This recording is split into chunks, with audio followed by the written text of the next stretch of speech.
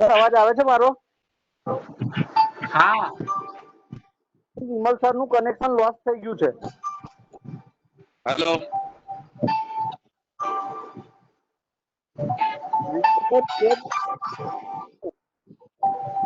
Hello.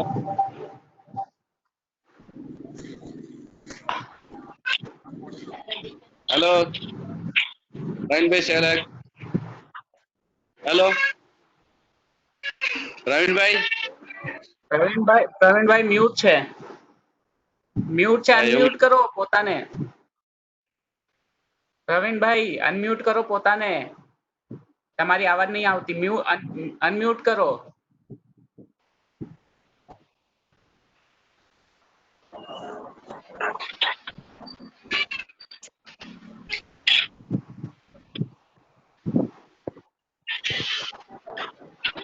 Hello Vimal.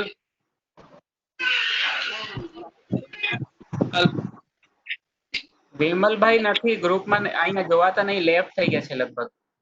Joint થઈ છે પણ કનેક્ટિવિટી નો પ્રોબ્લેમ છે. નું કનેક્શન છે.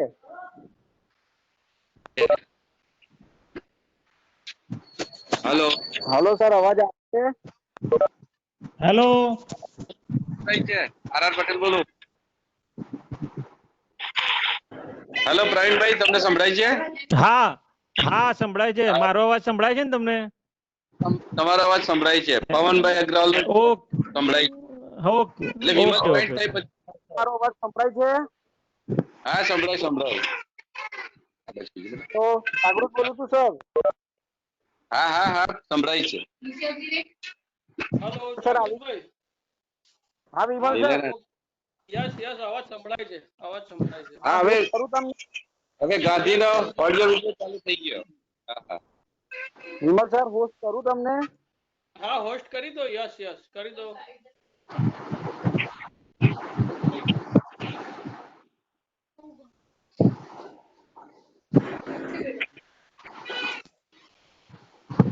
આગળ જતું રહેવું પડશે.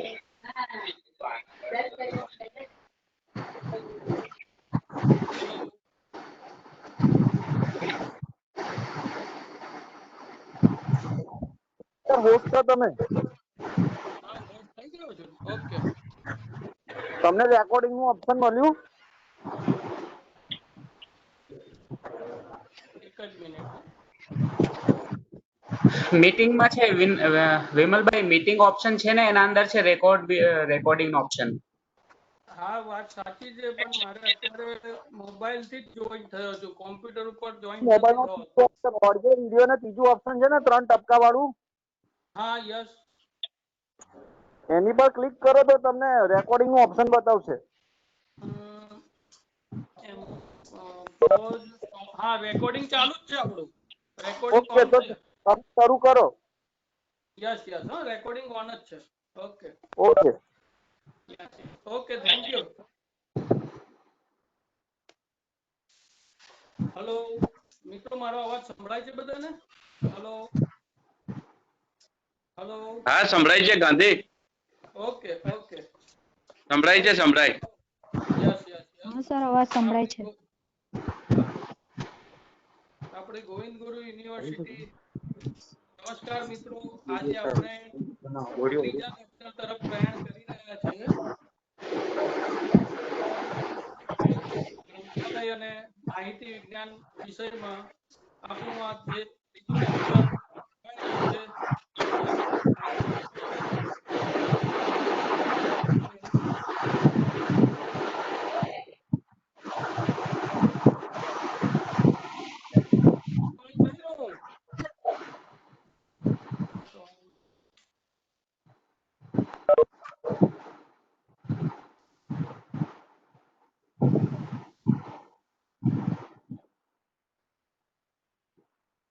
આજના આપણા મુખ્ય વક્તા ડોક્ટર પવન અગ્રવાલ આપણી સાથે જોડાઈ ગયા છે.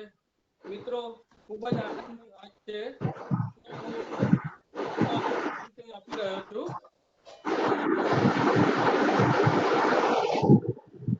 MS યુનિવર્સિટી માંથી PhD ડિગ્રી ધરાવે છે.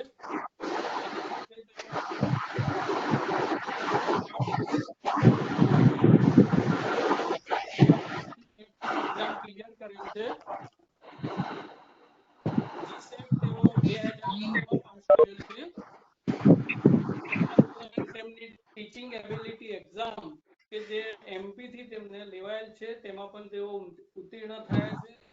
આ ઉપરાંત આપણે વિશેષમાં જણાવું તો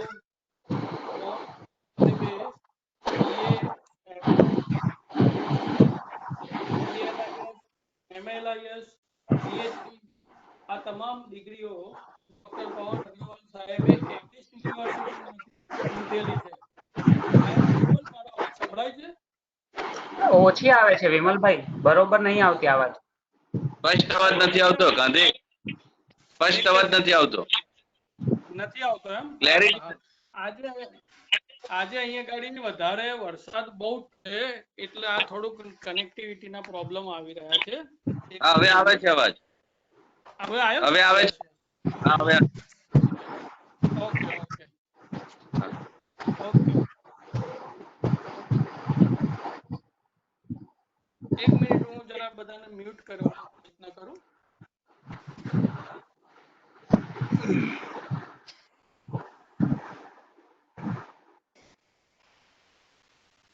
હા, હેલો, મારો અવાજ સંભળાય છે? પવનજી તમે જાતે અનમ્યુટ થઈ શકશો. હેલો,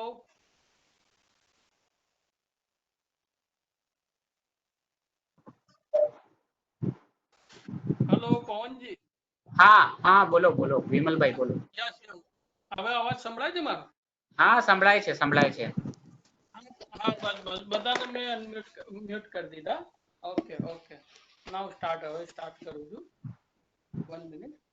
મિત્રો આપણી સાથે જોડાઈ રહ્યા છે આજના આપણા ગ્રંથાલય અને માહિતી વિજ્ઞાન શાસ્ત્રના PhD વિષયમાં એક્સપર્ટ લેક્ચર આપવા માટે ડોક્ટર પવન અગ્રવાલ સાહેબ આપણી સાથે જોડાયા છે. મિત્રો એક વાત કરું તો અનુભવ ઉંમરથી નહીં પણ પરિસ્થિતિથી આવે છે. સારા સમય કરતા ખરાબ સમયમાં જિંદગી ઘણું બધું શીખવાડી જાય છે.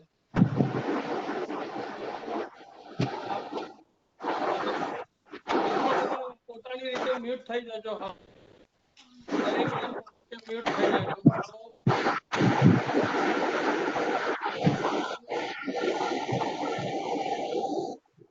હેલો, અવાજ સંભળાય છે મારો? હેલો, અવાજ સંભળાય છે? સંભળાય છે. Okay okay. મિત્રો doctor Pavan Agarwal MS યુનિવર્સિટીમાંથી PhD ની ડિગ્રી ધરાવે છે.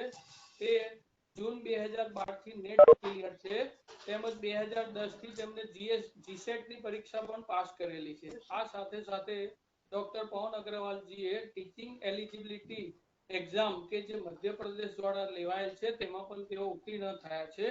આ ઉપરાંત તેમને BA, MA, PDEM, BLIS, MLIS અને PhD ની ડિગ્રી આ તમામ ડિગ્રીઓ તેમને MS યુનિવર્સિટીમાંથી ઓન અંગ્રેજી મીડિયમ એટલે કે ઓન ધ અંગ્રેજી મીડિયમમાં તેમને આ બધી ડિગ્રી પ્રાપ્ત કરેલ છે.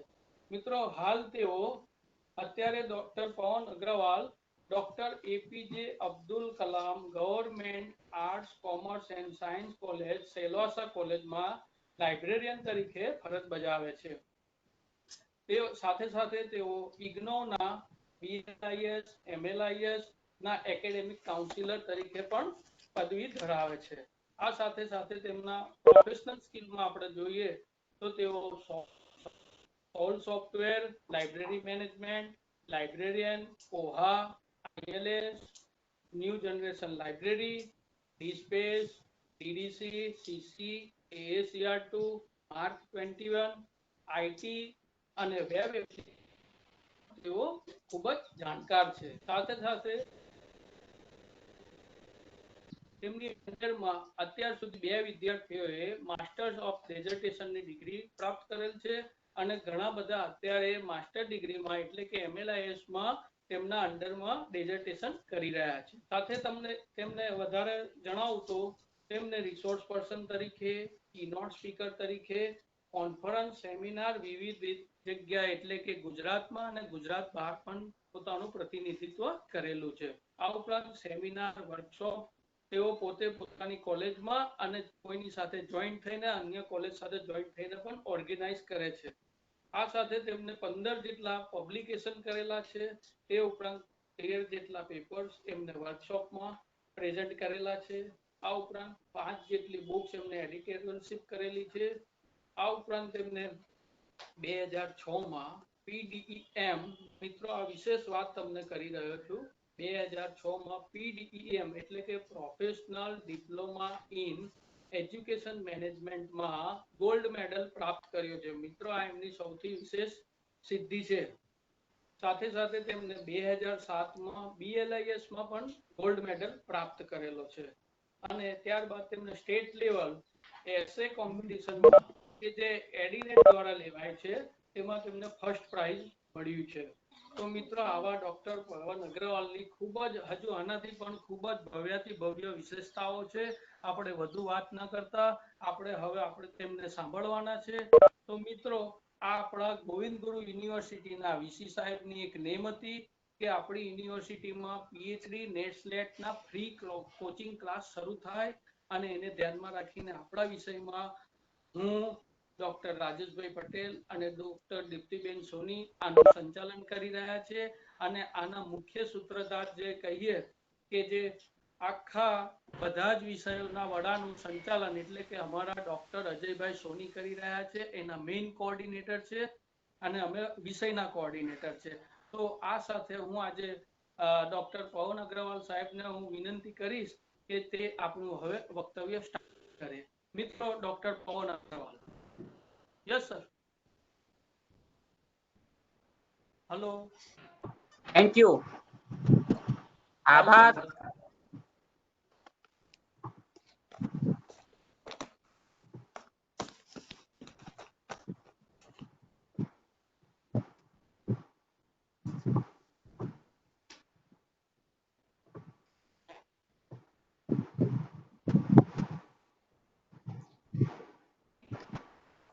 Good evening everyone. સૌથી પહેલા ઇન્ડિપેન્ડન્સ ડે ની બધાને હાર્દિક શુભેચ્છાઓ.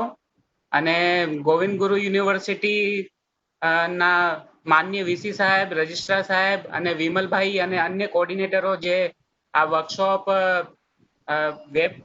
વેબ પ્લેટફોર્મ પર ચાલુ કરી છે એમનું પણ હું આભાર માનું છું કે મને અહીંયા બોલવા માટેનું ચાન્સ આપ્યું.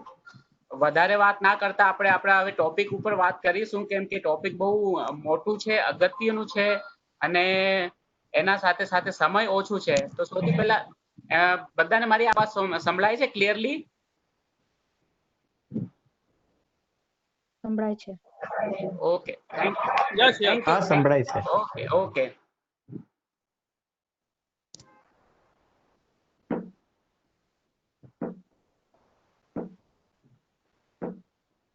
તો નેટ સેટ ની આ જે વર્કશોપ છે આપણે જાણીએ છીએ કે નેટ જે યુજીસી લેતી હતી પહેલા પણ હવે એમના તરફથી એનટીએ લે છે જે નેશનલ ટેસ્ટિંગ ઓર્ગેનાઇઝેશન છે, એજન્સી છે ગવર્મેન્ટ ઓફ ઇન્ડિયાની અને દર વર્ષે નેટની એક્ઝામ લે છે. અને નેટની એક્ઝામ કોઈ પણ કોલેજમાં લાઇબ્રેરિયન કે આસિસ્ટન્ટ પ્રોફેસર બનવા માટે બહુ જરૂરી હોય છે. અને એવી જ રીતે સ્ટેટ લેવલ પર સ્લેટની એક્ઝામ હોય છે જે ગુજરાત ગવર્મેન્ટ લેતી હોય અને એ હમણે એમએસ યુનિવર્સિટી પાસે એનું ચાર્જ છે અને એમએસ યુનિવર્સિટી એનું બધું સંચાલન કરતી હોય છે. લાઇબ્રેરી ક્લાસિફિકેશન, જ્યારે લાઇબ્રેરી સાયન્સની વાત કરીએ તો લાઇબ્રેરી ક્લાસિફિકેશન યુજીસી નેટ માટે એક બહુ ઇમ્પોર્ટન્ટ સબ્જેક્ટ છે કેમ કે એક એવો ટેકનિકલ સબ્જેક્ટ છે કે જ્યાં ટેકનોલોજી વિશે તો લોકો જાણકાર હોય જ છે અને એના ક્વેશ્ચન જ્યારે નેટમાં આવે છે તો આપણે ઇઝીલી સોલ્વ કરી લઈએ છીએ. પણ જ્યારે લાઇબ્રેરી ક્લાસિફિકેશનની થિયરીની વાત આવે તો એમાં આપણે થોડી પ્રોબ્લેમ ફેસ કરીએ છીએ અને એના માટે આપણે કયા કયા ટોપિક આપણે તૈયાર કરવા જોઈએ, કયા કયા ટોપિક્સ છે અને એ ક્યાંથી તૈયાર કરવા જોઈએ એની માહિતી હું આપીશ. સૌથી પહેલા થોડા તમને ક્વેશ્ચન બતાવું છું કે ક્લાસિફિકેશન થી સંબંધિત ક્વેશ્ચન કયા પ્રકારના હોઈ શકે છે. તો પહેલું ક્વેશ્ચન તમે જોવો છો કે પી નોટ એક ક્વેશ્ચન છે કે P note is associated with which classification scheme, એટલે કે પી નોટ જે ટર્મ છે, શબ્દ છે, એ કઈ ક્લાસિફિકેશન સ્કીમ સાથે જોડાયેલું છે. આ એક પ્રકારનું પ્રશ્ન છે જે નેટમાં આવી શકે છે. એનું જે જવાબ છે એ છે યુડીસી. યુડીસી માં પી નોટ્સ એક એવો કોન્સેપ્ટ છે જેનાથી યુડીસી માં થતા જે અપડેટ્સ છે એના થ્રુ પી નોટ્સ ના થ્રુ યુઝર્સને એને ઇન્ફોર્મ કરવામાં આવે છે કે કયા અપડેટ થઈ રહ્યા છે. એવો જ એક બીજો પ્રશ્ન છે કે ઓસીએલસી ડીડીસી નું પબ્લિકેશન કરે છે, પણ એ પબ્લિકેશન કયા વર્ષથી ડીડીસી નો ઓસીએલસી પાસે ગયો, એક એ પ્રશ્ન છે. તો આનું જે જવાબ છે એ 1988 છે. 1988 માં જે એક પબ્લિકેશન જે છે જેના પાસે ડીડીસી નો પબ્લિકેશન રાઇટ્સ હતા એ પબ્લિશર આખો પબ્લિકેશન હાઉસ ઓસીએલસી એ પોતાનું મર્જ કરી લીધું અને તેનાથી ડીડીસી નું પબ્લિકેશન નું જે ચાર્જ છે એ ઓસીએલસી પાસે આવી ગયેલો. એવો જ એક પ્રશ્ન છે કે ફોનિક શિડ્યુલ ડીડીસી માં ફોનિક શિડ્યુલ શું છે? તો એના ઓપ્શન છે કે શું એક routine revision, extensive revision, complete revision અથવા એમાંથી કોઈ નથી. તો એનું જે આન્સર છે, જવાબ છે એ છે કમ્પ્લીટ રિવિઝન. ફોનિક શિડ્યુલ નો મતલબ હોય છે કમ્પ્લીટ રિવિઝન. એ ડીડીસી માં જ્યારે પણ રિવિઝન થતા હોય 3 પ્રકારના રિવિઝન હોય છે. રૂટીન રિવિઝન હોય છે, એક્સટેન્સિવ રિવિઝન હોય છે અને કમ્પ્લીટ રિવિઝન હોય છે. જેમાંથી ફોનિક્સ કમ્પ્લીટ રિવિઝન માટે ફોનિક શબ્દનો વપરાશ થાય છે. એવો જ એક પ્રશ્ન છે કે which of the following facet does not have a colon classification. Colon ક્લાસિફિકેશનમાં આ નીચેના ફેસેટમાંથી કયો ફેસેટ પર્સનલ લેવલ ધરાવતો નથી? ઠીક છે, પર્સનાલિટી છે, એનર્જી છે અને મેટર છે, અને એક છે કે નન ઓફ ધી અબોવ. તો એમાંથી કયો ફેસેટ છે કે જેમાં લેવલ નથી હોતા? તો એનો જવાબ છે એનર્જી. એનર્જી એક એવો ફેસેટ છે કે જેમાં લેવલ નથી હોતા, એમાં ખાલી રાઉન્ડ હોય છે. જે 5 ફેસેટ છે એમાંથી ખાલી 2 જ ફેસેટમાં લેવલ હોય છે, જે છે પર્સનાલિટી અને મેટર. બાકીમાં રાઉન્ડ હોય છે, લેવલ નથી હોતા. તો આ પ્રકારના જે પ્રશ્નો છે એ પ્રશ્નો યુજીસી ની નેટમાં અથવા જી સેટમાં અથવા બીજા કોઈ સ્ટેટની સેટમાં પૂછાતા હોય છે. અને આ પ્રકારના પ્રશ્નો જો આપણે એમાં પારંગત બનવું હોય અને આ પ્રકારના પ્રશ્નોનો આપણને આન્સર જાણવું હોય તો કઈ કઈ વસ્તુ આપણને ધ્યાનમાં રાખવાની જરૂર છે એના વિશે હવે આપણે ચર્ચા કરીશું. ઠીક છે, સૌથી પહેલા આપણે વાત કરીએ કે ક્લાસિફિકેશન એટલે શું. તો ક્લાસિફિકેશન આપણે બધાને ખબર છે કે ક્લાસિફિકેશન એક એવી પદ્ધતિ છે જેનાથી આપણે લાઇક થિંગ એટલે કે એક સરખા ગુણો વાળી વસ્તુઓને એક સાથે રાખીએ છીએ ને અલગ અલગ ગુણો વાળીને અલગ અલગ આપણે ભાગે પાડીએ છીએ, એને આપણે ક્લાસિફિકેશન કહીએ છીએ. અને ક્લાસિફિકેશનના ની જે થિયરી છે એના વિકાસમાં સીઆરજી એટલે ક્લાસિફિકેશન રિસર્ચ ગ્રુપ જે 1952 થી 1968 સુધી હતો અને આની રચના ઇંગ્લેન્ડના લંડનમાં થઈ હતી. એમનો બહુ મોટો ભાગ છે એમને ક્લાસિફિકેશનની થિયરીના વિકાસમાં. ભારતના એક લાઇબ્રેરી ક્લાસિફિકેશનના વૈજ્ઞાનિક છે, એમનું નામ છે કે.એન. પ્રસાદ. એમને ક્લાસિફિકેશનની ટર્મિનોલોજી ઉપર બહુ મહત્વનો અભ્યાસ કરેલું છે અને એમને જે ડોક્ટર એસ.આર. રંગાનાથનની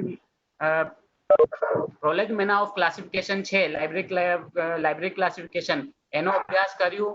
એનો અભ્યાસ કર્યા પછી એમને બહુ બધી ટર્મિનોલોજી એમાંથી આઈડેન્ટિફાઈ કરી અને એ ટર્મિનોલોજીને એમને 3 ભાગોમાં વેચી દીધી: નોર્મેટિવ, ફંડામેન્ટલ અને એસોસિએટિવ. નોર્મેટિવ જે ટર્મ છે એવા ટર્મ રાખ્યા કે જે કોઈ પણ વિષયનો રૂલિંગ આપતો હોય, એનું નોર્મ એટલે કે એનો નિયમ બતાવતા હોય કે એના પ્રોસિજર બતાવતા હોય એવા જે શબ્દો હતા એ એમને નોર્મેટિવ ટર્મ્સમાં રાખ્યા. જેવી રીતે આપણે કોલન ઓફ ક્લાસિફિકેશન છે, કેનન્સ ઓફ ક્લાસિફિકેશન છે, એ બધા નોર્મેટિવ ટર્મ્સ છે. બીજા ટર્મ્સ એમને શોધ્યા એ હતા ફંડામેન્ટલ ટર્મ્સ. ફંડામેન્ટલ ટર્મ્સ એ હતા કે જે કોઈ પણ સબ્જેક્ટની ડેફિનેશન આપતા હોય, એનું મિનિંગ આપતા હોય એવા ટર્મ્સ એમને કાઢ્યા. એમને કીધું ફંડામેન્ટલ ટર્મ. અને ત્રીજા જે ટર્મ્સ હતા એ હતા એસોસિએટિવ ટર્મ. એસોસિએટિવ ટર્મ એવા ટર્મ હતા જે ઓલરેડી કોઈ ટર્મની સાથે લાગે અને એની મિનિંગને એલોબરેટ કરતા હતા. એ ટર્મ્સ હતા એસોસિએટિવ ટર્મ. અને એની જે આપણે નંબર જો જોઈએ તો એમને 514 એવા ટેકનિકલ ટર્મ શોધી કાઢેલા હતા પ્રોગ્રામમાંથી. અને એમાંથી એમને આ ક્લાસિફિકેશન આ પ્રકારે કરી હતી કે નોર્મેટિવ ટર્મ્સ 112 હતા, ફંડામેન્ટલ ટર્મ 110 હતા અને એસોસિએટિવ ટર્મ્સ જે છે એ 292 હતા, 292. એની સાથે એમને જે પ્લેન વાઇઝ આપણે એનું ક્લાસિફિકેશન કરીએ તો એમને આઈડિયા પ્લેનમાં 298 ટર્મ એવા શોધ્યા, વર્બલ પ્લેનમાં 35 અને નોટેશનલ પ્લેનમાં 181 ટર્મ એમને ક્લાસિફાઈ કરી દીધું. એવી રીતે 514 ટર્મ્સ એમને શોધેલા હતા. હવે લાઇબ્રેરી ક્લાસિફિકેશન જ્યારે આપણે વાત કરીએ તો બહુ બધા એવા શબ્દો આવી જાય છે કે આપણે વિચારીએ છીએ કે કયા કયા શબ્દો હશે. તો એવા શબ્દોની થોડી વાત કરીએ આપણે. યુનિવર્સ અને એન્ટિટી. યુનિવર્સ અને entity, group and class, attribute and characteristic, discipline and basic subject, category, facet and isolate, array and chain, schedule of classification, species of classification for subject, notation અને ક્લાસ નંબર. આ થોડા એવા શબ્દો છે, terminologies છે જ્યાં આપણે ગૂંચવાઈ જઈએ કોઈ વખત. તો યુનિવર્સ જ્યારે આપણે વાત કરીએ તો યુનિવર્સ બધા વિષયોનો સમૂહ એટલે યુનિવર્સ, જેના અંદરમાં કોઈ બધા વિષયો સમાઈ જતા હોય એ નોલેજ વર્લ્ડ, જ્ઞાનના વિશ્વને આપણે યુનિવર્સ કહીએ છીએ. અને એન્ટિટી એટલે કોઈ પણ એક આઈડિયા અથવા એક બેસિક સબ્જેક્ટ, એને આપણે એન્ટિટી કહીશું. ઠીક છે. ગ્રુપ એક એવો ગ્રુપ છે કે જેમાં એ યુનિવર્સના અંદર જ્યારે આપણે સબ્જેક્ટની વાત કરીએ તો એક સબ્જેક્ટ જે છે એ ગ્રુપ બનાવે છે અને એના અંદર એક ક્લાસ જે છે એક ફેસેટના અંદર અથવા એક વિષયની હેડિંગના અંદર એના સાથે રિલેટેડ જે બીજા શબ્દો છે એ એક ક્લાસનું નિર્માણ કરે છે. એટ્રીબ્યુટ એટલે કે લક્ષણ. દરેક વ્યક્તિના, દરેક વસ્તુના કોઈ કંઈ ને કંઈક લક્ષણ હોય છે, એને આપણે એટ્રીબ્યુટ કહીએ. એટ્રીબ્યુટ અને કેરેક્ટરિસ્ટિક એક જેવા શબ્દો લાગશે. એટ્રીબ્યુટ એવા એ હોય છે કે જે કોઈ પણ વસ્તુ અને વ્યક્તિમાં હોય છે. ઠીક છે. અને કેરેક્ટરિસ્ટિક્સ એવા હોય છે કે જેને આપણે ક્લાસિફાઈ કરી શકીએ. જે કેરેક્ટરિસ્ટિક્સના આધારે ક્લાસિફિકેશન કરી શકાય એવા ગુણોને આપણે કેરેક્ટરિસ્ટિક્સ કહીએ છીએ. એના પછી છે disciplines and basic subjects. Disciplines જ્યારે એક જેવા સબ્જેક્ટ્સનું જે સમૂહ હોય છે, જેમ કે નેચરલ સાયન્સ કે પ્યોર સાયન્સ, ડીડીસીમાં વાત કરીએ તો pure science, religion, applied science, ઠીક છે, સોશિયલ સાયન્સીસ, આ બધા ડિસિપ્લિન્સ છે. અને બેસિક સબ્જેક્ટ જેના અંદરમાં ડીડીસીની જ વાત કરીએ તો એના અંદરમાં ફરી જેટલા સબ ડિવિઝન છે એ બધા બેસિક સબ્જેક્ટ આવી જાય. જેવી રીતે અગર સોશિયલ સાયન્સની વાત કરીએ તો પોલિટિકલ સાયન્સ, ઇકોનોમિક્સ, આ બધા જે સબ્જેક્ટ છે એ બેસિક સબ્જેક્ટ છે. ઠીક છે. એના પછી છે કેટેગરીઝ, ફેસેટ્સ એન્ડ આઇસોલેટ્સ. આઇસોલેટ એક એવો વિષય છે કે જેના વધારે ભાગલા ન થઈ શકે, જે એન્ડ સુધી જતો રહે અને આપણે એક શબ્દ છેલ્લો વિષય આપણે પકડીએ એને આપણે આઇસોલેટ કહીશું. ફેસેટ એ છે કે એક કેટેગરીના અંદર જેટલા પણ આપણે આઇસોલેટ મૂકેલા હોય અથવા શબ્દો મૂકેલા હોય એ બધાની હેડિંગ પર આપણે જે મૂકીએ એક શબ્દ એમને લીડ કરતો ટર્મ જે છે એને આપણે ફેસેટ કહીએ. જેવી રીતે રંગાનાથનને 5 ફેસેટ્સમાં વિશ્વને વેચેલું હતું. જેવી રીતે એમનો હતો કે PMEST, personality, matter, energy, space end time. તો એ રીતે એમને 5 ફેસેટ્સમાં આખા વિશ્વને ડિવાઈડ કરેલા હતા. અને એવી જ રીતે છે કેટેગરી. કોઈ એક વિષયના જે વિષય સમૂહ છે એક વિષયના, એને આપણે કેટેગરીઝ કહીશું. ઠીક છે. બીજું છે એરેઝ એન્ડ ચેન. એરેઝ અને ચેનને જો આપણે સાદી ભાષામાં સમજીએ તો એરેનો મતલબ હોય છે કોઓર્ડિનેટ વિષય. એટલે કે જે બે વિષયની વેલ્યુ એક સમાન હોય તો એ કોઓર્ડિનેટ વિષય હોય. અને ચેન એટલે કે સબઓર્ડિનેટ. એક વિષય, એના અંદરમાં બીજો વિષય, એના અંદરમાં ત્રીજો વિષય, એ ચેનનું નિર્માણ કરે છે. તો એ સબઓર્ડિનેટ સબ્જેક્ટ્સનું નિર્માણ કરતો હોય છે. પછી છે શેડ્યુલ્સ ફોર ક્લાસિફિકેશન. ક્લાસિફિકેશનમાં મેઇન ક્લાસના અંદરમાં આવતા બધા વિષયોને જે લિસ્ટ કરેલા હોય છે બધા સબ્જેક્ટ્સની, એને આપણે શેડ્યુલ્સ કહીએ છીએ. ડીડીસીમાં જે વોલ્યુમ 2 છે 19th એડિશનનું, અથવા 23rd એડિશનમાં વોલ્યુમ 2 અને વોલ્યુમ 3 છે, એ શેડ્યુલ્સ કહીએ છીએ આપણે. એના અંદર બધા સબ્જેક્ટ્સના બધા વિષયોની લિસ્ટિંગ હોય છે. એને આપણે શેડ્યુલ્સ ઓફ ક્લાસિફિકેશન કહીશું. નેક્સ્ટ છે classification for subjects. Species of classification આપણને ખબર છે કે અલગ અલગ પ્રકારની લાઇબ્રેરી ક્લાસિફિકેશન હોય છે, જેવી રીતે rigid classification, enumerative classification, almost enumerative classification, analytical classification છે. તો એ બધી જે છે એ ક્લાસિફિકેશનની સ્પીસીઝ છે. એક રિક્વેસ્ટ છે બધાને પોતાનું માઇક બધા મ્યુટ કરી લે તો સારું રહેશે.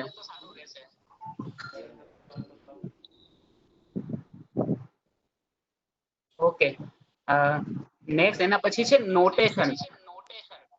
નોટેશન ને સિમ્પલ ભાષામાં સમજીએ તો નોટેશન નું મતલબ હોય છે ચિહ્ન.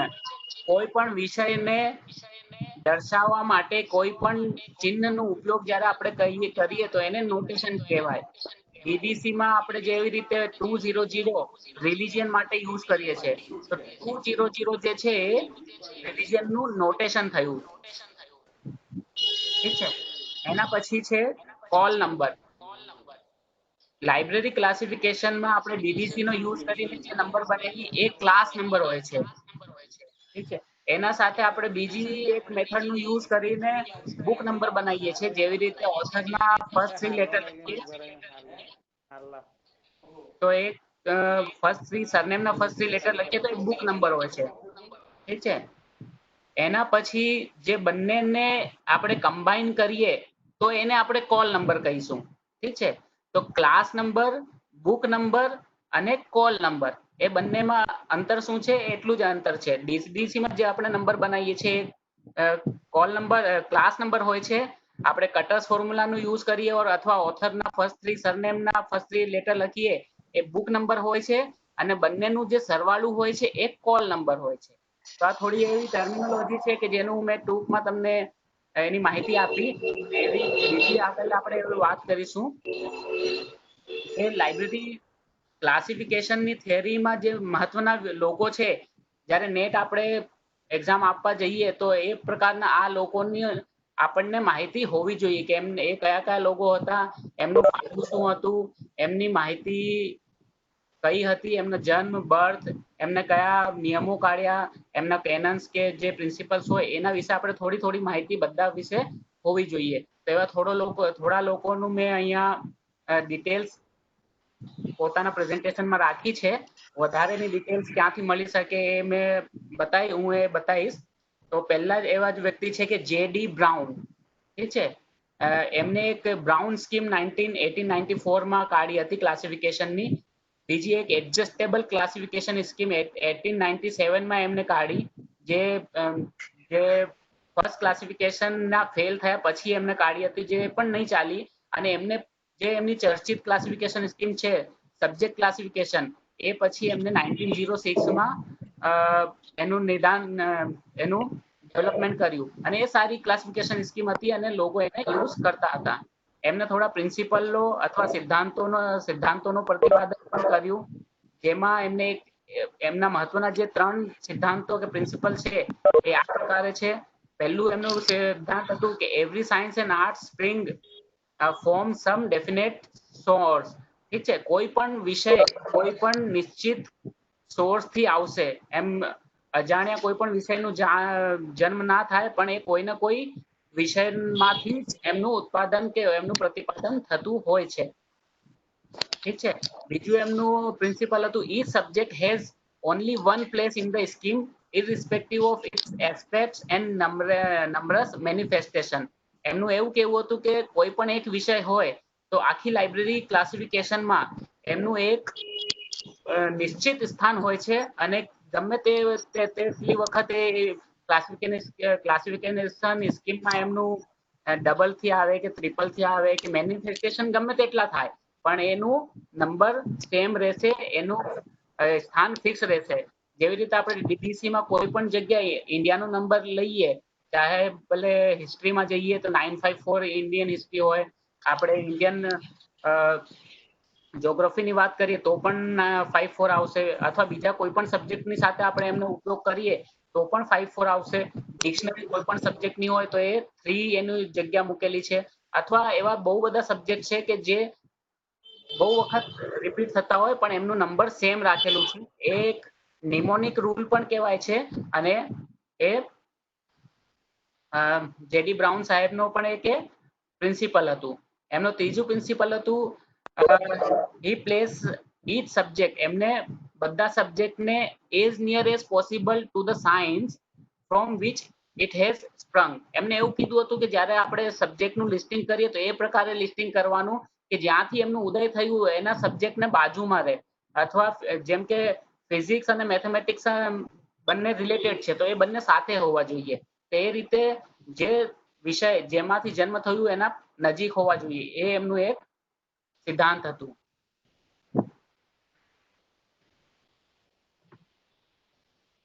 બીજા જેવા એક વ્યક્તિ છે ઈસી રિચર્ડસન સાહેબ. એમનું જે જન્મ અને મૃત્યુનું વર્ષ મેં લખેલું જ છે ઉપર. એક અમેરિકન લાઇબ્રેરિયન હતા, એ બિબ્લિયોગ્રાફર હતા અને એ પહેલા લાઇબ્રેરિયન હતા કે જેમને લાઇબ્રેરી ક્લાસિફિકેશનને સિસ્ટમેટાઇઝ કરવાનો પ્રયત્ન કર્યો. એના પહેલા પણ બહુ બધી ક્લાસિફિકેશન થિયરીનું પ્રતિપાદન થયું હતું પણ સિસ્ટમેટાઇઝ જે કરવામાં જે પહેલા વ્યક્તિ હતા એ ઈસી રિચર્ડસન સાહેબ હતા. એમને ક્લાસિફિકેશન થિયોરેટિકલ એન્ડ પ્રેક્ટિકલ નામની એક બુક લખેલી જે 1901 પ્રકાશિત થયેલી. એમના જે સિદ્ધાંતો હતા એ નીચે પ્રમાણે મેં લખેલા છે. Division of class should be minute. એટલે કે જ્યાં આપણે ક્લાસીસનું વર્ગીકરણ કરીએ તો એ માઇન્યુટ સુધી થવું જોઈએ. જ્યારે ક્લાસિફિકેશન સ્કીમની બનાવવાની વાત કરીએ તો કોઈ પણ વિષય એમાં બચવું ન જોઈએ. એમનું બીજું જે સિદ્ધાંત હતું એ હતું અરેન્જ થિંગ્સ અકોર્ડિંગ ટુ લાઇકનેસ અને અનલાઇકનેસ.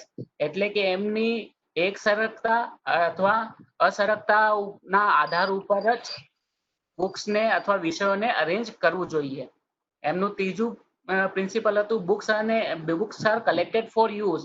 they are administered for use and hence it is the use which is the motive behind classification.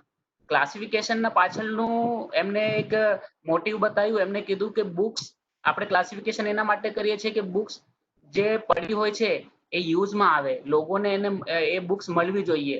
જો આપણી ક્લાસિફિકેશન સ્કીમથી એ બુક ન મળતી હોય તો એ ક્લાસિફિકેશન સ્કીમનું કોઈ અર્થ નથી. અને એમનું ચોથું સિદ્ધાંત હતું, એમ તો એમના બહુ બધા સિદ્ધાંત હતા પણ મેં અહીંયા મહત્વના જ સિદ્ધાંતો લીધા છે. કે ચોથું સિદ્ધાંત હતું a scheme of classification should be provided with a notation.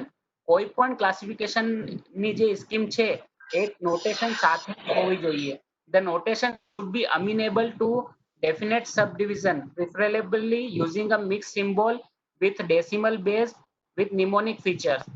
એટલે એવું કહેવા માંગતા હતા કે કોઈ પણ ક્લાસિફિકેશન સ્કીમ એ નોટેશનના સાથે હોવી જોઈએ. એવી ક્લાસિફિકેશન સ્કીમ હોવી જોઈએ કે નોટેશન એવા હોવા જોઈએ કે જેના સબડિવિઝન આપણે ગમે તેટલા આપણે બનાવી શકીએ. અને એમને એવું કીધેલું કે જ્યારે આપણે મિક્સ સિમ્બોલ યુઝ કરીએ તો એ વધારે સારું રહેશે અને એનું ફીચર નિમોનિક હોવું જોઈએ. નિમોનિક એટલે કે કોઈ વિષય માટે એક શબ્દ એક નોટેશન યુઝ કર્યું હોય તો ભલે બીજા વિષયમાં પણ એ શબ્દ આવતું હોય તો એ વિષય આવતું હોય તો આપણે એના માટે સેમ સિમ્બોલ જ યુઝ કરવું જોઈએ. એન્ડ નેક્સ્ટ જે એવા વૈજ્ઞાનિક હતા લાઇબ્રેરી સાયન્સના એમનું નામ હતું EW હલ્મેસા. એમનું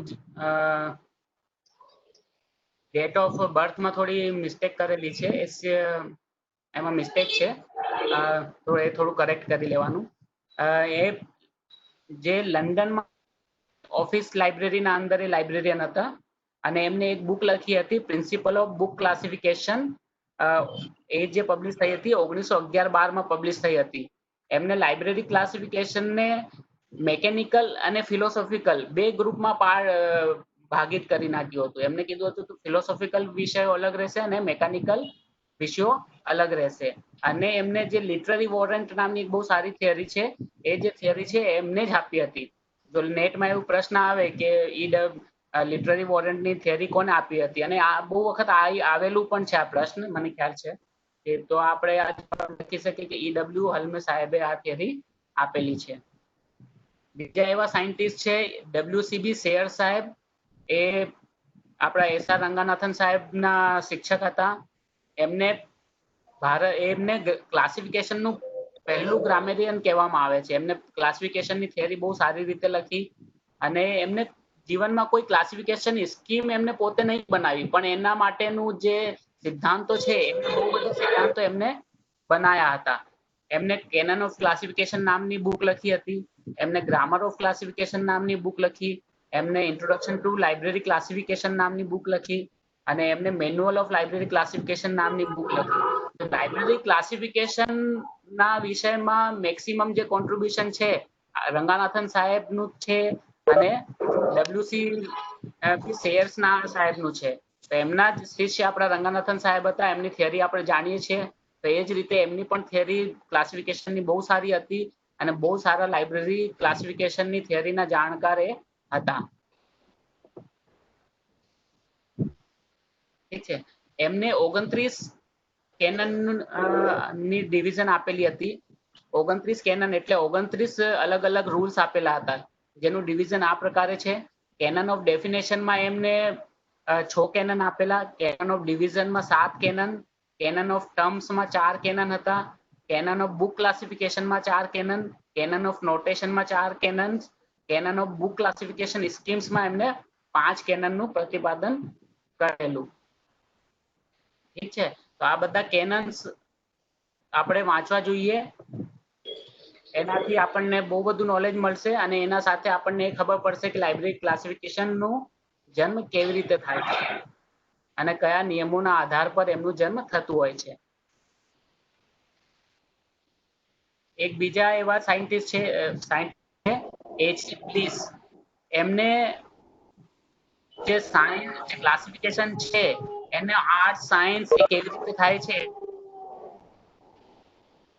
એમની જે બુક હતી એ બુકનું નામ હતું organization of knowledge and system of the science, જે 1929માં પબ્લિશ થઈ હતી. બીજી એક એમની બુકનું નામ છે organization of knowledge in library and the subject approach to the books, જે 1939માં પબ્લિશ થઈ હતી. અને એમને બિબ્લિયોગ્રાફિક ક્લાસિફિકેશન બનાવી હતી, જે 1935માં પબ્લિશ થઈ હતી. એમના જે રૂલ્સ હતા એ હતા consensus, subordination, collocation, alternative location and economy of notation. આ એમના બેસિક ક્લાસિફિકેશન હતા. ઠીક છે. બેસિક પ્રિન્સિપલ્સ હતા જે બનાયા હતા. એના પછી છે આપણા જ S.R. Ranganathan, father of library science. એમનું જન્મ બધાને ખબર છે 9th ઓગસ્ટ 1892માં શિયાલી ગામમાં થયું હતું, જે હમણે વર્તમાનમાં શિરકાઝી છે. ઠીક છે. મદ્રાસ એરિયામાં આવે છે અને ફાધર ઓફ લાઇબ્રેરી સાયન્સ જાણવામાં આવે છે. ભારતના લાઇબ્રેરી સાયન્સના પિતા તરીકે એમને ઓળખાય છે. એ એમના લો ઓફ લાઇબ્રેરી સાયન્સ અને ફંડામેન્ટલ્સ ઓફ લાઇબ્રેરી સાયન્સ માટે બહુ વધારે ઓળખાય છે. એમને કોલન ક્લાસિફિકેશન સ્કીમનું પ્રતિપાદન કરેલું, એમને ક્લાસિફાઈડ કેટલોગ કોડનું પ્રતિપાદન કર્યું.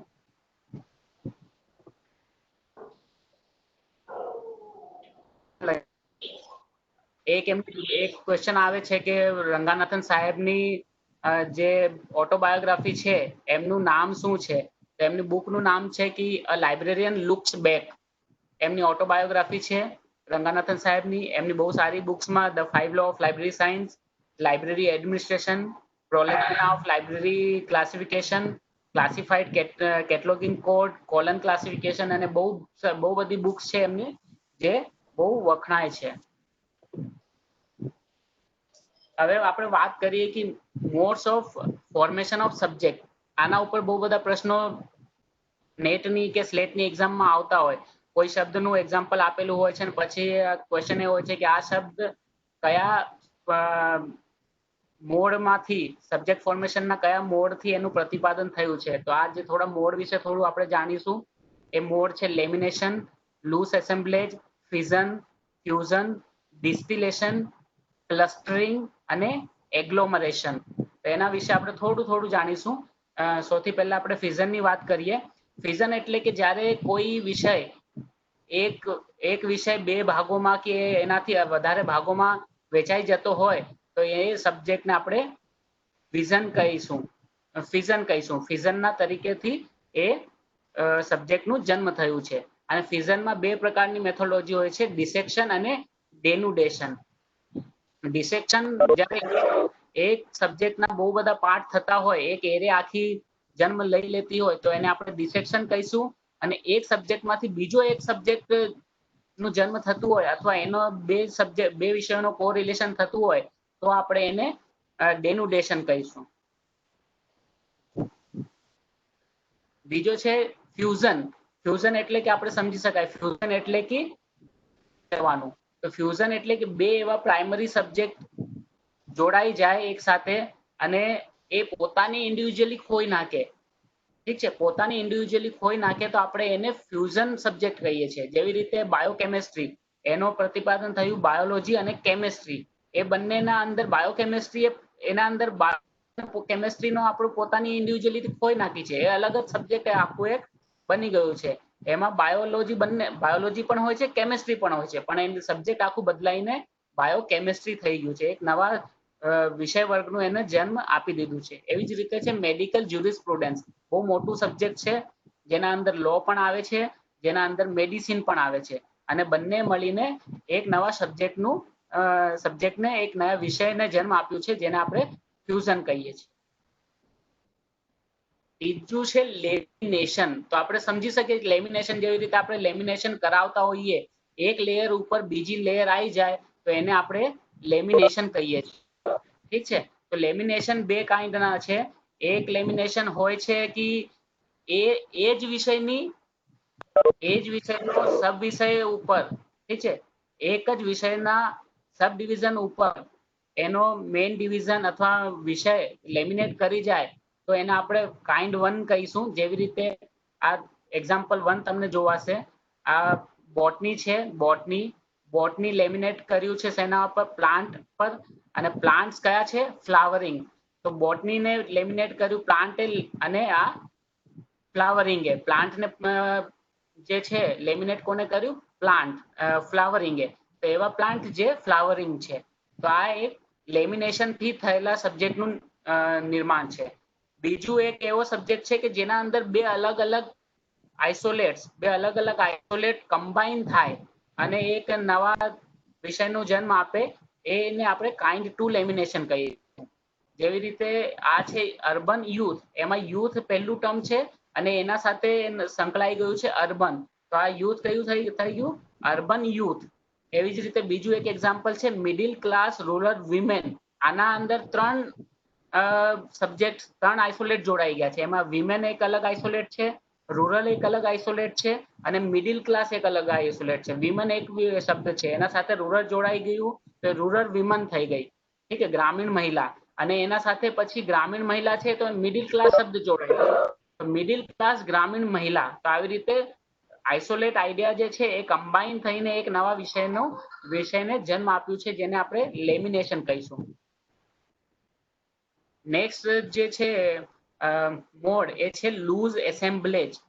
લૂઝ એસેમ્બલેજ એટલે કે ઇન શોર્ટ કે બે શબ્દ અથવા બે વિષય એક સાથે જોડાય છે પણ એ લાંબા સમય સુધી જોડાઈને નહીં રહેતા. થોડાક જ એમનું કોઈ એવું પ્રકરણ આવે છે કે બે વિષયનું સંયોગ બને છે અને બંને આપસમાં જોડાવે છે. અને ક્લાસ સીસીના અંદર એને ફેઝ રિલેશન કહેવામાં આવ્યું છે. ત્રણ પ્રકારના ફેઝ રિલેશન હોય છે: intra subject, intra facet and intra array. તો ઇન્ટ્રા સબ્જેક્ટ એટલે કે બે મેઇન સબ્જેક્ટ્સનું જ્યારે આપણે રિલેશનશિપની વાત કરીએ, જેવી રીતે આ એક્ઝામ્પલ આપેલું છે અર્થશાસ્ત્ર અને રાજનીતિ શાસ્ત્ર. તો relationship economics and political science એવી કોઈ બુક હોય તો એમાં બે વિષયનું લૂઝ એસેમ્બલેજ થયું છે એવું આપણે કહી શકીએ. અથવા આપણે મેથેમેટિકલ ફિઝિક્સ એક એવી બુક આવે છે તો એમાં મેથેમેટિક્સ અને ફિઝિક્સ બે અલગ અલગ સબ્જેક્ટનું કોમ્બિનેશન બને છે. ઠીક છે. બીજું છે ઇન્ટ્રાફેસેટ. તો મેઇન સબ્જેક્ટના અંદર આવેલા સબ ડિવિઝન, બે અલગ અલગ સબ ડિવિઝનની જ્યારે રિલેશનશિપની વાત થાય, અને રિલેશનશિપ પણ 5 પ્રકારની હોય છે. બેસિક રિલેશનશિપ હોય છે, બાયસ હોય છે, ઇન્ફ્લુઅન્સ હોય છે અને બીજી ટોટલ 5 પ્રકારની રિલેશનશિપ હોય છે જેને આપણે જોઈ શકીએ છીએ. પછી ત્રીજું એક છે ઇન્ટ્રા એરે. ઇન્ટ્રા એરે નો મતલબ એ કે મેઇન સબ્જેક્ટના અંદર એક સબ સબ્જેક્ટ હોય, એ એક સબ સબ્જેક્ટના અંદર આખી એરે ઓફ સબ્જેક્ટ હોય, ઠીક છે. તો એ એરેમાંથી બે સબ્જેક્ટ જ્યારે મેચ એક સાથે એમનું રિલેશન થાય તો એને ઇન્ટ્રા એરે રિલેશન કહીશું. જેવી રીતે આ જે છે એ ક્લાસિફિકેશનના બે, કેટલોગિંગ અને ક્લાસિફિકેશન, એ લાઇબ્રેરી સાયન્સના બે અલગ અલગ ફેસેટ્સ છે. અને સીસી અને ડીડીસી એક ક્લાસિફિકેશન એક સબ ડિવિઝન છે, એના અંદરના એરે છે. CC, DDC, UDC, LC, bibliographic classification, તેના અંદર બે સીસી અને ડીડીસી નો રિલેશન ફેઝ આ આવે છે. તો લૂઝ એસેમ્બલેજ બે વિષયને એક કોમ્પ્લેક્સ વિષય બનાવતો હોય છે, ઠીક છે. અને નેક્સ્ટ છે એગ્લોમરેશન, એટલે કે બે વિષયને ફરી એક સાથે જોડી દેવાનું. તો જ્યારે એ પણ બે પ્રકારનું હોય છે, એ કાઇન્ડ 1 અને કાઇન્ડ 2. તો જ્યારે બે વિષય જે એક બહુ નજદીક હોય એકબીજાને અને એકબીજા સાથે જોડાઈ જાય, ઠીક છે, એક જ એમનો નેચર એક જ પ્રકારનું હોય, જ્યારે એક સાથે જોડાય તો એને આપણે કાઇન્ડ 1 એગ્લોમરેશન કહીશું. જેવી રીતે આપણે ફિઝિકલ સાયન્સીસ, બાયોલોજીકલ સાયન્સીસ, એમાં બાયોલોજીકલ સાયન્સીસમાં બાયોલોજીથી રિલેટેડ જે સબ્જેક્ટ છે એ ફિઝિકલ સાયન્સીસના સાથે આપણે કનેક્ટ કરીએ તો આ એક કોન્ઝિક્યુટિવ બેસિક સબ્જેક્ટ એના સાથે એક સાથે જોડાય એવું આપણે કહીશું. બીજું એક છે કે નોન કોન્ઝિક્યુટિવ બેસિક સબ્જેક્ટ. તો હિસ્ટ્રી અને ઇકોનોમિક્સ બંને એકબીજાથી થોડા દૂર છે, પણ એ બંનેનું કનેક્શન થયું છે, બંને એક સાથે જોડાયા છે, એટલે કાઇન્ડ 2 એગ્લોમરેશન આપણે એને કહીશું. નેક્સ્ટ છે ક્લસ્ટર. ક્લસ્ટર એટલે કે ક્લસ્ટર હોય છે સબ્જેક્ટનું બંડલ, એક વિષયનું એક બંડલ હોય અને એ બંડલનું ને એક ગુણવત્તાના આધાર પર બનાવેલું હોય છે, જેમાં એ પોતાના વિષયની આઈડેન્ટિટી હોય ને એ જે કેરેક્ટરિસ્ટિક ઉપર ઇકઠ્ઠું એને ક્લસ્ટર બનાવ્યું હોય છે, એ કેરેક્ટરિસ્ટિક્સ જ એના ઉપર વધારે ઇમ્પોર્ટન્ટ એના ઉપર પ્રભાવ કે પ્રભુત્વ કે ઇફેક્ટ નાખતું હોય છે. જેવી રીતે એક આપણે વિષય જાણીએ કે ગાંધીયાના સ્ટડીઝની આપણે જ્યારે વાત કરીએ છીએ તો આપણે એમાં ખાલી ગાંધીની થિયરી સાથે રિલેટેડ સબ્જેક્ટ્સની જ વાત કરીએ, પણ એ આપણે એવું નહીં વિચારતા કે કયા વિષયમાંથી આવતું હોય. એવું પણ બને કે ફિલોસોફીમાંથી આવતું હોય, એવું પણ બને છે કે ઇકોનોમિક્સમાંથી આવતું હોય, એવું પણ બને કે સોશિયોલોજીમાંથી આવતું હોય, એવું પણ બને કે પોલિટિકલ સાયન્સમાંથી આવતું હોય. પણ એ બધા સબ્જેક્ટ જ્યારે ગાંધી એક કોન્સેપ્ટ એક કેરેક્ટરિસ્ટિક્સના સાથે સંકળાઈ જાય ગાંધીયાના, તો એ બધા સબ્જેક્ટ એક સાથે ક્લસ્ટરનું રૂપ ધારણ કરી લે છે અને એને ક્લસ્ટર કહેવાય. તો એક નવું જે સબ્જેક્ટ ફોર્મેશન હોય એને ક્લસ્ટર કહેવાય. બીજું એક એવું જ એક્ઝામ્પલ છે ઇન્ડોલોજી, ઠીક છે. ત્રીજું છે સોઇલ સાયન્સીસ, એટલે કે માટીનું વિજ્ઞાન. હવે એ એગ્રીકલ્ચરમાંથી પણ આવતું હોય, એ કેમિસ્ટ્રીમાંથી પણ આવતું હોય, એ જ્યોગ્રાફીમાંથી પણ આવતું હોય, એ અર્થ સાયન્સમાંથી પણ આવતું હોય, બીજા કોઈ વિષયમાંથી પણ આવી શકે. તો એ જે પણ એના અંદર જે મેઇન સબ્જેક્ટ હોય છે સોઇલ હોય છે. તો સોઇલને જ્યારે ક્લસ્ટર બનાવીને સોઇલને આપણે કેરેક્ટરિસ્ટિક ગણીને બધા સબ્જેક્ટને સાથે કરીએ તો એ પોતાના સબ્જેક્ટથી અલગ એક ક્લસ્ટર બનાવતા હોય. તો આવા કોઈ સબ્જેક્ટ્સ આવે તો આપણે સમજી જવાનું કે ક્લસ્ટરમાંથી બનેલું સબ્જેક્ટ છે. નેક્સ્ટ છે ડિસ્ટિલેશન. ડિસ્ટિલેશન આપણે ડિસ્ટિલાઇઝેશન એટલે કે રિફાઇન કરી નાખવાનું. ડિસ્ટિલાઇઝેશન એટલે કોઈ પણ વસ્તુને રિફાઇન કરી નાખવાનું, એને આપણે ડિસ્ટિલાઇઝેશન કહીએ છીએ, ઠીક છે. જેવી રીતે રિસર્ચ મેથોલોજી છે, મ્યુઝિયોલોજી છે, મેનેજમેન્ટ છે. તો આ મેનેજમેન્ટ જે છે કે એ ક્યાંથી આવ્યું? મેનેજમેન્ટ જ્યાં સુધી નહોતું ત્યાં સુધી એ મેનેજમેન્ટ કોમર્સનું પાર્ટ હતું, પણ કોમર્સમાંથી મેનેજમેન્ટ અલગ થઈને એટલું મોટું સબ્જેક્ટ બન્યું કે આજે કદાચ એટલું મોટું સબ્જેક્ટ એ બની ગયું છે. કોમર્સનું એમકોમ ડિગ્રી અને મેનેજમેન્ટની બીબીએ એમબીએ ડિગ્રી બંનેનું કોમ્પેરિઝન બને જ નહીં આજે. એટલું મોટું એ સબ્જેક્ટ પોતે બની ગયો છે, પણ એ કોમર્સમાંથી આવેલું એક ડિવાઈડ કરેલું એક ડિસ્ટિલ થઈને નીકળેલું એક સબ્જેક્ટ છે. તો ડિસ્ટિલેશનની પ્રોસેસમાંથી નીકળેલા જે પણ સબ્જેક્ટ હોય છે એને ડિસ્ટિલેશનથી બનેલા શબ્દો આપણે કહી શકીએ. તો આની જે સ્ટડી વધારે કરવી હોય આપણે વાંચવા પડશે અને આવા બીજા કોન્સેપ્ટને આપણે સમજી શકીએ. ઠીક છે. એના સાથે લાઇબ્રેરી ક્લાસિફિકેશનમાં છે નોર્મેટિવ પ્રિન્સિપલ્સ. ઠીક છે. નોર્મેટિવ પ્રિન્સિપલ્સ એટલે કે એવા સિદ્ધાંતો જે નિયમોનું પ્રતિપાદન કરતા હોય છે. એ નિયમ હોય છે, એ સિદ્ધાંત હોય છે અને એ કાનૂન હોય છે. કાનૂન શેના માટે હોય છે? કોઈ પણ ક્લાસિફિકેશનની થિયરી બનાવવા માટે અથવા એનું પ્રતિપાદન કરવા માટે, એના અંદર કામ કરવા માટે.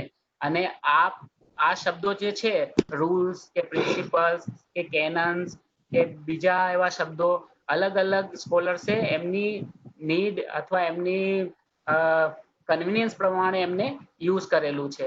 જેવી રીતે રંગાનાથને કેનન શબ્દનો ઉપયોગ કરેલું છે, લો શબ્દનો ઉપયોગ કરેલું છે, પ્રિન્સિપલ શબ્દનો ઉપયોગ કરેલું છે. તો આ બધા નોર્મેટિવ પ્રિન્સિપલ્સના અંદરમાં આવે છે. તો જે નોર્મેટિવ પ્રિન્સિપલ છે એ આપણે બ્રોડલી આપણે મોટા તौर ઉપર જોઈએ તો આ પ્રકારના હોય છે. એ આપણે જ્યારે બેસિક પ્રોસેસ ઓફ થિંકિંગની આપણે વાત કરીએ તો એનામાં બેસિક લો આવી જાય છે. આપણે લાઇબ્રેરી સાયન્સના 5 નિયમોની વાત કરીએ તો ફંડામેન્ટલ લો આવે કે આખું લાઇબ્રેરી સાયન્સ જ એના ઉપર ડિપેન્ડન્ટ છે. જ્યારે આપણે ક્લાસિફિકેશનના નિયમોની વાત કરીએ તો એના અંદર ક્લાસિક કેનન્સ આવશે. આપણે જ્યારે સિક્વેન્સિંગ એરિયામાં સિક્વેન્સિંગની વાત કરીએ તો ત્યાં પ્રિન્સિપલ્સ આવી જાય છે. અને ક્લાસિફાઈંગની વાત કરીએ તો ત્યાં પોસ્ચ્યુલેટ્સ અને પ્રિન્સિપલ ઓફ ફેસેટ સિક્વેન્સ આવી જાય. તો આ બધા જે છે બધા નોર્મેટિવ પ્રિન્સિપલના ભાગ છે. એમાંથી થોડા જે છે આપણે ડિસ્કસ કરી લઈશું. ઠીક છે. બેસિક લો આપણે જ્યારે વાત કરીએ તો આપણને ખબર છે કે રંગાનાથને 6 બેસિક્સ લો આપેલા હતા, જેમાં એક લો ઓફ ઇન્ટરપ્રિટેશન છે, લો ઓફ ઇમ્પાર્શિયલિટી છે, લો ઓફ સિમેટ્રી છે, લો ઓફ પાર્સિમની છે, law of various local variation છે, લો ઓફ ઓસ્મોસિસ છે. તો આ બેસિક 6 લો છે ક્લાસિફિકેશન માટે, એ રંગાનાથન સાહેબે આપેલા હતા. Secondly 5 law of library science, એ પણ આપણે બધા જાણીએ છીએ કે books are for use, every reader his book, every book its reader, save the time of reader and library is a growing organism. આ નિયમ એમને ત્યારે આપેલા હતા અને જે આજે ગમે તે પરિસ્થિતિ બદલાઈ જાય, ચાહે એન્વાયરમેન્ટ થાય કે ગમે તે પ્રકારનું વાતાવરણ આવી જાય, પણ આ નિયમો તે પણ કઈ પણ સંજોગોમાં કે કઈ પણ હાલાતમાં તેવાના તેવા જ રહેશે. કેનન્સ અને પ્રિન્સિપલની જ્યારે વાત કરીએ તો કેનન ટોટલ રંગાનાથન સાહેબે 43 કેનન્સ આપેલા. અને કેનન્સ જો વાંચવા હોય તો બાવા કુટ્ટીની બુક બહુ સારી છે, એ બેસ્ટ બુક છે કેનન વાંચવા માટે. હેલ્પફુલ સિક્વન્સમાં એમને 8 પ્રિન્સિપલ આપેલા, ફેસેટ સિક્વન્સમાં એમને 4 પ્રિન્સિપલ્સ આપેલા. ઠીક છે. જેમાં થોડા છે whole organ principle, cow calf principle, wallpaper principle, action act and an actor tool. આ જે બધા છે એ ફેસેટ સિક્વન્સ માટે છે. તો એમના 43 જે કેનન્સ હતા રંગાનાથન સાહેબના, એ 3 ભાગમાં આપણે જ્યારે વેચીએ કે આઈડિયા પ્લેન, વર્બલ પ્લેન અને નોટેશનલ પ્લેન. તો જ્યારે આઈડિયા પ્લેનમાં વેચીએ તો એ 15 કેનન બને ત્યાં. વર્બલ પ્લેનમાં જ્યારે એને વેચીએ તો ત્યાં 4 કેનન એના બને છે. અને નોટેશનલ પ્લેનમાં જ્યારે જઈએ તો ત્યાં 24 એવા કેનન્સ છે. ઠીક છે. જે આઈડિયા પ્લેનમાં જે કેનન્સ છે એમાં 4 પ્રકારના કેનન છે: canon of characteristics, canon of succession of characteristics, canon of for array, canon for chain અને કેનન ફોર ફિલિટરી સિક્વેન્સ. તો આ થોડા મેં લીધા છે, એની થોડી ડિટેલમાં આપણે વાત કરીશું. કેનન ઓફ કેરેક્ટરિસ્ટિક્સની વાત કરીએ તો એના અંદર 4 કેનન અલગ અલગ છે. એક છે canon of differentiation, canon of permanence, canon of relevance અને કેનન ઓફ એ સર્ટેનિટેબિલિટી. ઠીક છે. તો જ્યારે કેનન ઓફ ડિફરન્શિએશનની વાત કરીએ તો એ કેનન કે આ નિયમ એવું કે છે કે જ્યારે પણ આપણે કોઈ પણ કેરેક્ટરિસ્ટિક્સ, કોઈ પણ લક્ષણ આપણે ઉપયોગ કરીએ તો એ લક્ષણ એવો ના હોવું જોઈએ કે બે એક પ્રકારની એક ક્લાસ આપી દે. ઠીક છે. જેમ કે આપણે સાયકલ છે, સાયકલને સબ ક્લાસ કરવું હોય તો એને આપણે સાયકલ અને બે પૈડા વાળું વ્હીકલ એ પ્રકારે એને ક્લાસિફાઈ ના કરી શકે, કેમ કે બે પૈડા વાળું વ્હીકલ એ સાયકલ જ હોય છે અને સાયકલ પણ સાયકલ હોય છે. તો એ પ્રકારના આપણે સબ ડિવિઝન્સ ના બનાવી શકીએ. ઠીક છે. અને ના બનાવવા જોઈએ. બીજું એમનું એક કેનન હતું Canon of permanence. Canon of પરમાનન્સ એવું કેનન છે કે એ કહે છે કે તમે જે પણ કેરેક્ટરિસ્ટિક કે પણ લક્ષણ લો, એ લક્ષણ પરમાનન્ટ હોવું જોઈએ, બદલાતું ના હોવું જોઈએ. ઠીક છે. જેમ કે ચેમેલિયન એટલે કે ગિરગિટ હિન્દીમાં કહેવાય છે, અને ગુજરાતીમાં લગભગ કાચીડો કે એવું કંઈક બીજું શબ્દ છે, કાચીડો એને કહે છે, જે પોતાનું રંગ બદલી લે છે. તો ગિરગિટને આપણે કલરના આધારે ક્લાસિફાઈ ના કરી શકીએ, કેમ કે એનું કલર જે છે પરમાનન્ટ નથી. નેક્સ્ટ છે કેનન ઓફ રિલેવન્સ. તો કેનન આપણે કોઈ પણ કેરેક્ટરિસ્ટિક્સ આપણે જ્યારે યુઝ કરીએ તો એવા કેરેક્ટરિસ્ટિક્સ યુઝ કરવાનું છે કે જે રિલેવન્સ હોય. ઇરરિલેવન્ટ કેરેક્ટરિસ્ટિક્સનો યુઝ કરીને પણ આપણે ક્લાસિફિકેશન બનાવી શકીએ તેમ નથી. જેમ કે આપણે જ્યારે રેસલરને ક્લાસિફાઈ કરવા જઈએ તો રેસલરને આપણે એમના ધર્મ કે એમના સ્કિનનો કલર કેવું છે એ આધારે આપણે એમને અલગ ના કરી શકીએ. હા, એમને એમની વેટની કેટેગરી અથવા એમની એજની કેટેગરી પ્રકારે મૂકી શકાય, કેમ કે વેટ એમનું રિલેવન્ટ છે. ઠીક છે. એવી જ રીતે છે કેનન ઓફ એસર્ટેનેબિલિટી.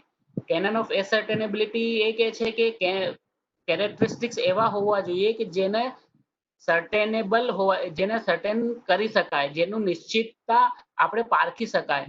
એ એવા ના હોવા જોઈએ કે જેને આપણે પારખી જ ના શકીએ. જેમ કે ગયા વર્ષનું જન્મ, એ પ્રકારના આપણે જ્યારે કેરેક્ટરિસ્ટિક યુઝ કરીએ તો એ આપણે પારખી ના શકાય.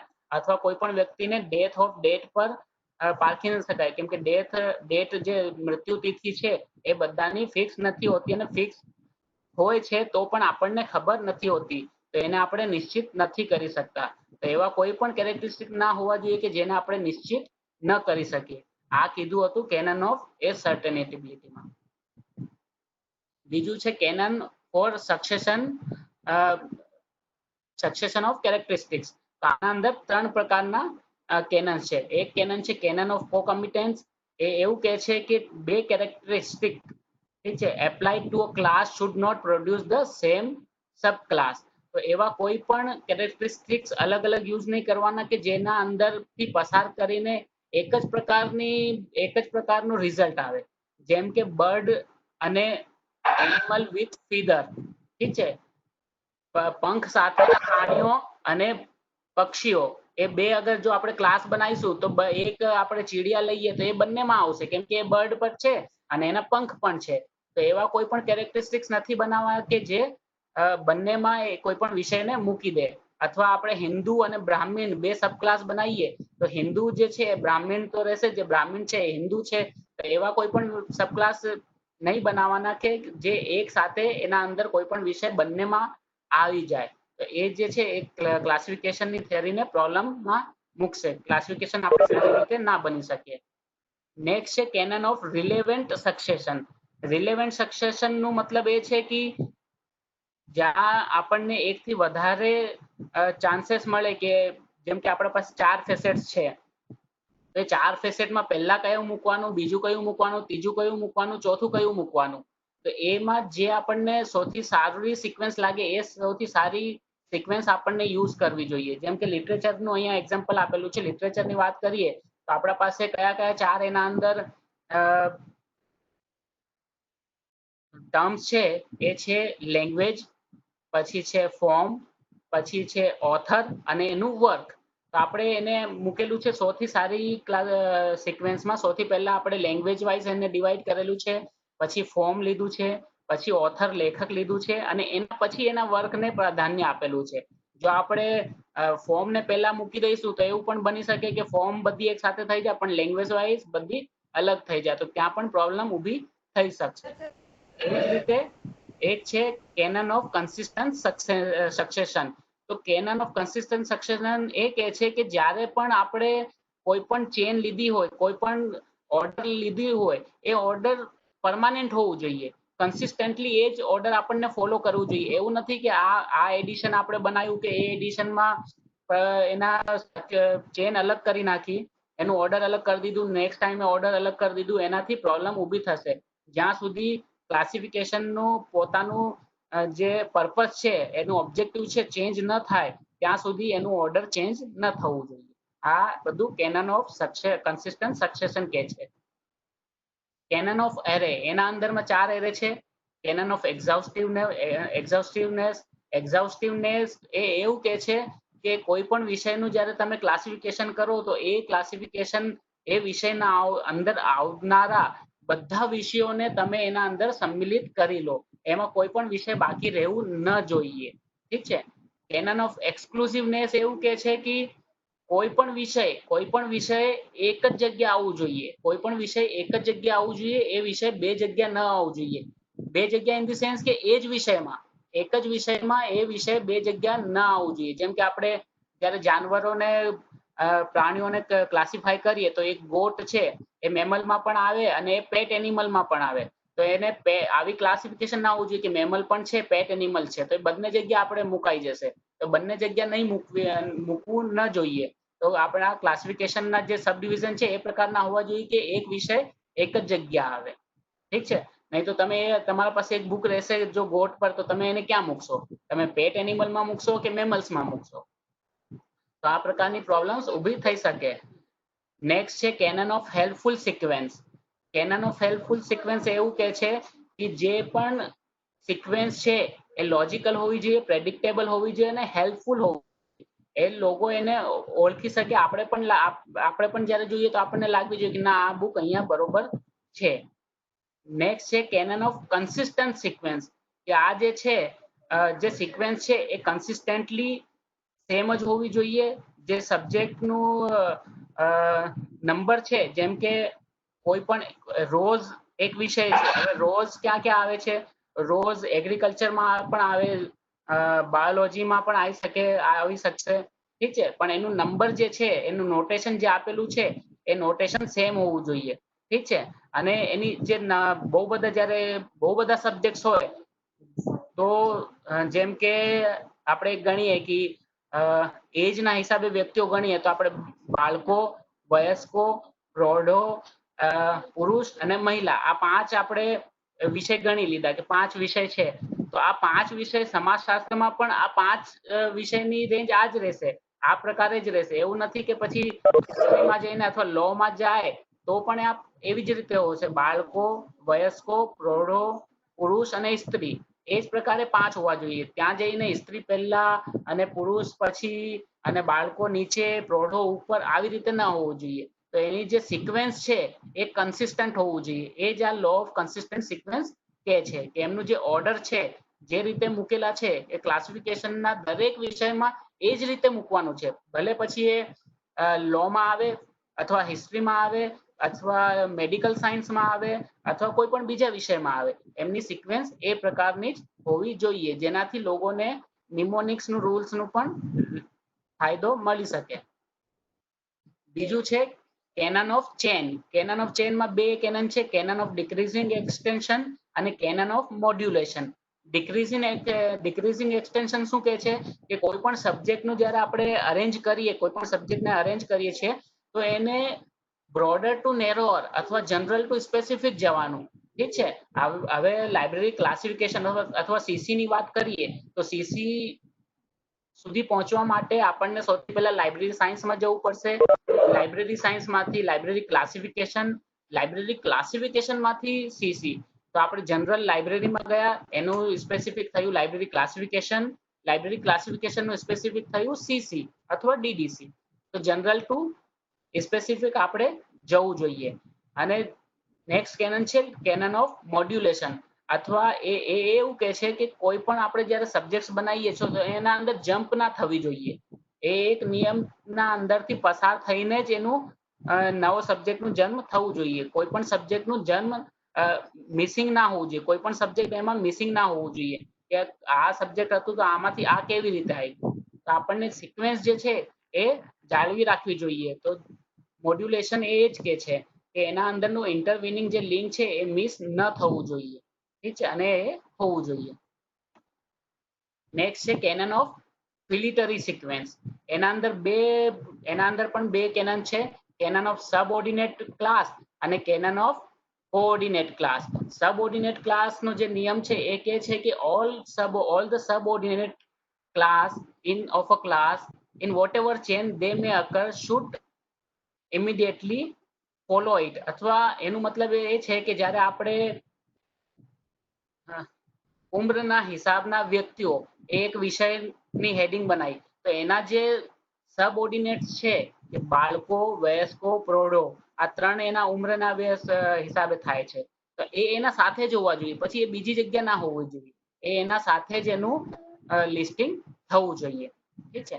અને બીજું જે છે એ canon of coordinate class. Coordinate class એ કે છે કે જ્યારે બે વિષય મૂકેલા હોય અને બહુ વધારે કન્સિસ્ટન્ટ હોય, બંનેની વચ્ચે કોઈ ગેપ ના હોય, તો તમે ત્રીજું વિષય એના વચ્ચે ના મૂકી શકો.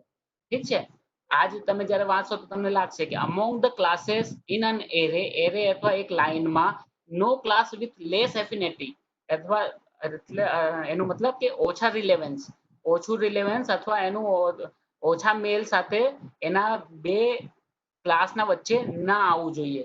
જેમ કે મેથેમેટિક્સ અને ફિઝિક્સના વચ્ચે તમને કોઈ સબ્જેક્ટ મૂકવું હોય તો કયું સબ્જેક્ટ આપણે મૂકી શકીએ?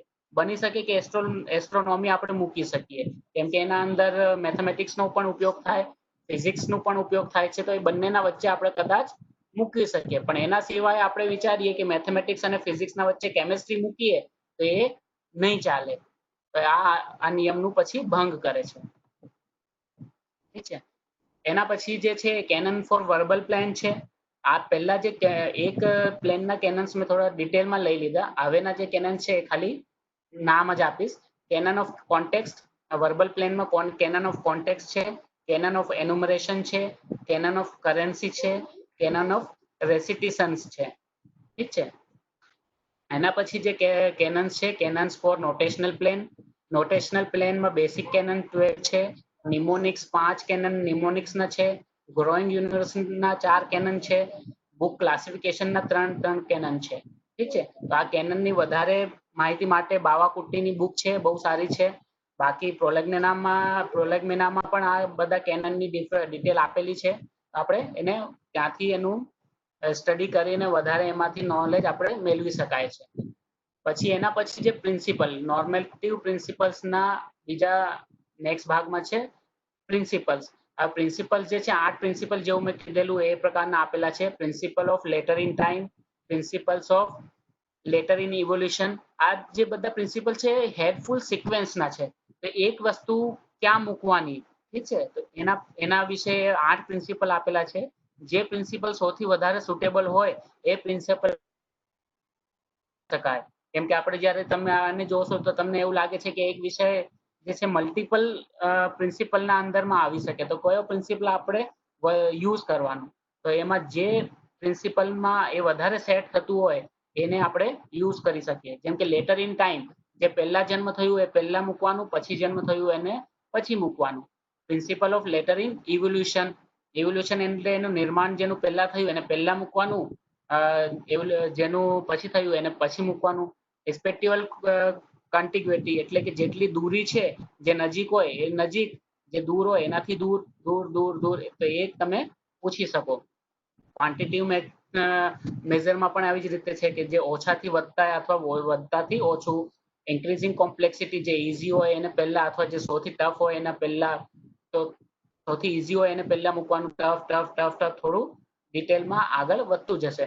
તો આ રીતે આ સબ્જેક્ટ છે એ રીતે આપણે એને એની સિક્વેન્સ જાળવવા માટે, સિક્વેન્સ કેવી રીતે બનાવવા માટે એ આ જે છે પ્રિન્સિપલ્સ 8 પ્રિન્સિપલ્સનો ઉપયોગ થાય છે. છેલ્લું છે એલ્ફાબેટિકલ સિક્વેન્સ. કોઈ પણ જે લો એમાં પ્રિન્સિપલ એમાં સેટ ના થતું હોય તો છેલ્લે આપણે એને એલ્ફાબેટિકલી પણ મૂકી શકાય છે. એના પછી છે પ્રિન્સિપલ્સ. ઠીક છે. ફેસેટ સિક્વેન્સની જે પ્રિન્સિપલ્સની વાત કરીએ તો એમાં 4 પ્રિન્સિપલ્સ આપેલા છે.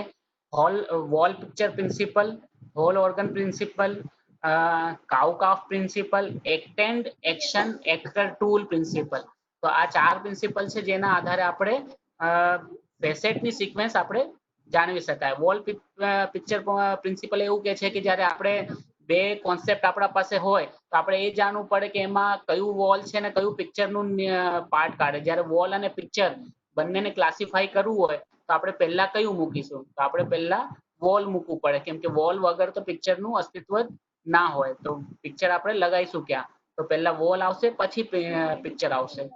Whole organ principle, whole organ principle એવું કે છે જ્યારે પૂર્ણ વસ્તુ હોય અને એનું કોઈ પાર્ટ હોય તો હોલ એટલે કે પૂર્ણ વસ્તુ પહેલા આવશે અને એનું પાર્ટ જે છે એ પછી આવશે. જેમ કે સાયકલ હોય તો બાઇસિકલ પહેલા આવે અને એનું એક ટાયર હોય તો એ પછી આવે. કાઉ કાફ પ્રિન્સિપલ એવું કે છે કે કાફ જે છે, કાઉ વગર કાફનું કોઈ અસ્તિત્વ નથી, એટલે પહેલા કાઉ આવશે અને એના પછી કાફ આવશે. એક્ટેન્ડ, એક્શન, એક્ટર, ટૂલ, તો આ પ્રકારના જ્યારે ફેસેટ્સ આપણને મળે તો આપણને કેવી રીતે એમને ગોઠવવાનું, એક્ટેન્ડ, પછી એક્શન કઈ એક્શન કરી છે, પછી એક્ટર કોણ છે અને એક્ટર એક્શન કરવા માટે ટૂલ કયા ટૂલનો ઉપયોગ કર્યો છે. આ 4 સિક્વેન્સમાં આપણે ફેસેટ્સને ગોઠવી શકાય છે. હવે આપણે જે વાત કરીએ તો વિવિધ જે થોડી લાઇબ્રેરી ક્લાસિફિકેશન બહુ પ્રકારની લાઇબ્રેરી ક્લાસિફિકેશન છે, પણ થોડી લાઇબ્રેરી ક્લાસિફિકેશન જેમ કે ડીડીસી, સીસી, એની આપણે વાત કરીશું. સૌથી પહેલા આપણે ડીડીસી ની વાત કરીએ છીએ. 1876માં બધાને ખબર છે કે સૌથી પહેલા ડીડીસી મેલવિલ ડુઈએ ડીડીસી નો પ્રતિપાદન કરેલું 1876માં, જેના 43 પેजेस જ હતા માત્ર. સેકન્ડ એડિશન 1885માં આવ્યું હતું. એવી જ રીતે બધા એડિશનની મેં અહીંયા ઇન્ફોર્મેશન આપેલી છે.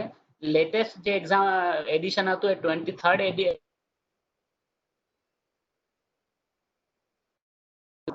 અને એના પછી જે ડીડીસી છે એ વેબ વર્ઝનમાં પણ અવેલેબલ છે. વેબ ડુઈ આપણે બધા જાણીએ છીએ, વેબ ડુઈના ફોર્મમાં આપણને મળે છે.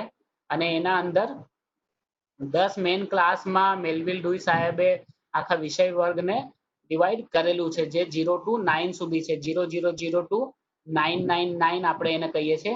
અને પહેલા એમાં 7 ટેબલ્સ હતી અને એના પછી એ 6 ટેબલમાં એક ટેબલ એમાં ઓછી થઈ ગઈ. હમણાં જે છે એ 6 ટેબલ્સ ડીડીસી ના અંદર છે. યુડીસી ની વાત કરીએ તો યુડીસી એક એવી સ્કીમ છે જે ડીડીસી ના આધાર પર બની હતી અને એના અંદર સીસી માં જે ડીડીસી છે એના અંદર કોમન આઇસોલેટ છે, પણ યુડીસી માં કોમન આઇસોલેટ સાથે સ્પેશિયલ આઇસોલેટ પણ છે. ઠીક છે. અને આ જે છે ડીડીસી ના આધાર ઉપર જ બનેલી હતી અને અલગ અલગ ભાષાઓમાં એનું નિર્માણ થયેલું છે. તમે જ્યારે યુડીસી કન્સોર્શિયમની વેબસાઇટ જોશો તો તમને લાગશે કે બહુ બધા દેશોમાં અલગ અલગ ભાષાઓમાં એનું રૂપાંતરણ થયેલું છે અને બહુ 125 થી વધારે દેશોમાં એ યુઝ થતી હોય છે યુડીસી. ઠીક છે. અને એના અંદર ડીડીસીમાં આપણે ફર્સ્ટ 3 ડોટ પછી જ ફર્સ્ટ 3 ડિજિટ પછી જ એક ડોટ માર્ક લગાવતા હોય, પણ યુડીસી ના અંદર દરેક 3 ડિજિટ પછી એક ડોટ લગાવવામાં આવે છે. ઠીક છે. એના અંદર પણ રિલેટિવ ઇન્ડેક્સ હોય છે અને પ્રેઝન્ટલી હમણે આ યુડીસી એને મેન્ટેન કરે છે. એના પહેલા એને એફઆઈડી એને મેનેજ કરતી હતી. ઠીક છે. અને એના અંદર જે મેઇન ક્લાસીસ છે એના અંદર પણ ડીડીસી ના આધાર ઉપર જ મેઇન ક્લાસીસ બનાવેલી હતી.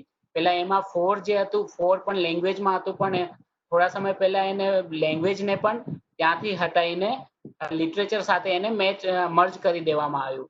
તો લેંગ્વેજ વાળા સેક્શનને ખાલી કરીને લિટરેચર સાથે મર્જ કરી દીધું છે. તો લેંગ્વેજ અને લિટરેચર યુડીસી માં એક સાથે આવી જાય છે. નેક્સ્ટ છે હા એના એડિશન્સ છે થોડા. આ સીસી છે. ઓકે, આ મારાથી મિસ્ટેક થઈ છે. આ ક્લાસિક સીસી છે. સીસી આપણને બધાને ખબર છે, રંગાનાથન સાહેબે સીસી નું પ્રતિપાદન કરેલું. આ ફર્સ્ટ એડિશન જે છે 1933માં આવેલું અને પહેલા જે 3 એડિશન હતા એ પહેલા 3 એડિશન જે હતા એ રિજિડલી ફેસેટેડ ક્લાસિફિકેશન સ્કીમ હતી. રિજિડલી ફેસેટેડ ક્લાસિફિકેશન સ્કીમ એટલે કે જ્યારે આપણે એક વિષય બનાવતા હોય અને એના અંદર એનર્જી ના હોય તો આપણે જે 6th એડિશન યુઝ કરીએ છીએ એમાં એનર્જી ના હોય તો એનર્જીનો સિમ્બોલ ના મૂકીએ. પણ પહેલા એવું હતું કે 3 એડિશન સુધી કે એનર્જી ના હોય તો પણ એનર્જીનો સિમ્બોલ તો મૂકવાનું જ, એના ફેસેટ્સ તો મૂકવાના જ. એ રીતે રિજિડલી હતી, પણ 3 એડિશન પછી એને રિજિડિટી જતી રહી અને એ ફ્રીલી ફેસેટેડ થઈ ગઈ. અને એના અંદર 1987માં પછી ગોપીનાથન સાહેબે પછી એનામાં એડિશન કર્યા અને થોડા ચેન્જીસ કરીને 7th એડિશન ઓફ સીસી નું પબ્લિકેશન કર્યું, જેમાં 15 ઇન્ડિકેટર ડિજિટનો ઉપયોગ કર્યું. 4 નવા ડિજિટ આ જે છે જેમ કે asterisk sign, plus, double inverted comma and and છે એનો ઉપયોગ પણ એમને કર્યો. આ નવા 4 સિમ્બોલનો પણ એમાં ઉપયોગ કરવામાં આવ્યો. સીસી માં આપણે બધા જાણીએ છીએ કે 5 ફંડામેન્ટલ કેટેગરીનો ઉપયોગ કરેલું છે, જેમ કે PMEST, personality, matter, energy, space end time. તો પર્સનાલિટી માટે કોમા યુઝ થાય છે, મેટર માટે સેમિકોલન યુઝ થાય છે, એનર્જી માટે કોલન યુઝ થાય છે, સ્પેસ માટે ડોટ યુઝ થાય છે, અને ટાઈમ માટે ઇન્વર્ટેડ કોમાનો ઉપયોગ થાય છે. ફેસેટ સિક્વન્સ આ પ્રકારની ફેસેટ સિક્વન્સ હોય છે, જેમાં રાઉન્ડ્સ પણ હોય છે અને લેવલ પણ હોય છે. E2P એટલે second round of personality, 2E એટલે કે સેકન્ડ રાઉન્ડ ઓફ પર્સનાલિટી, 3 એટલે થર્ડ રાઉન્ડ ઓફ પર્સનાલિટી. ઠીક છે. અને જ્યારે એ રિપીટેટિવ હોય સબ્જેક્ટ, તો આપણે એને રિપીટ કરી શકીએ અલગ અલગ રાઉન્ડ્સમાં. લેવલ્સ જે છે એ લેવલ્સ છે એ પર્સનાલિટીમાં જ હોય છે, એના સાથે મેટરમાં પણ લેવલ હોય છે. અહીંયા ઓનલી પર્સનાલિટી ફેસેટ નહીં હોતા, મેટરમાં પણ લેવલ હોય છે. સેકન્ડ લેવલ ઓફ મેટર હોય છે એના અંદર. તો આપણે એને બહુ સારી રીતે જાણવું હોય તો ઓ એટલે કે લિટરેચર જે ક્લાસ છે ઓ, એમાં આપણે જોઈ શકીએ કે P1, P1, P2, P3, P4 4 level of પર્સનાલિટીનો use કરેલું છે.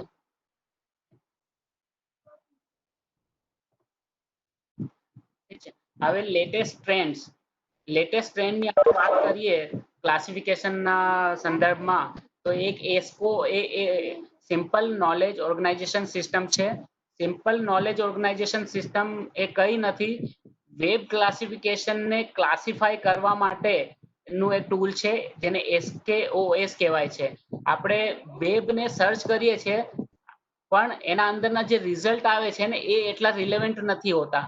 એ સિમેન્ટિક વેબની આપણે વાત કરીએ, પણ તો પણ એના અંદરના રિઝલ્ટ હમણાં સુધી આપણે જ્યારે કોઈ કોન્સેપ્ટ સર્ચ કરીએ છીએ તો એટલા રિલેવન્ટ રિઝલ્ટ આપણને પહેલા 5-6 રિલેવન્ટ રિઝલ્ટ મળે કે ના મળે, એના પછી કમ્પ્લીટલી ઇરરિલેવન્ટ રિઝલ્ટ હોય છે.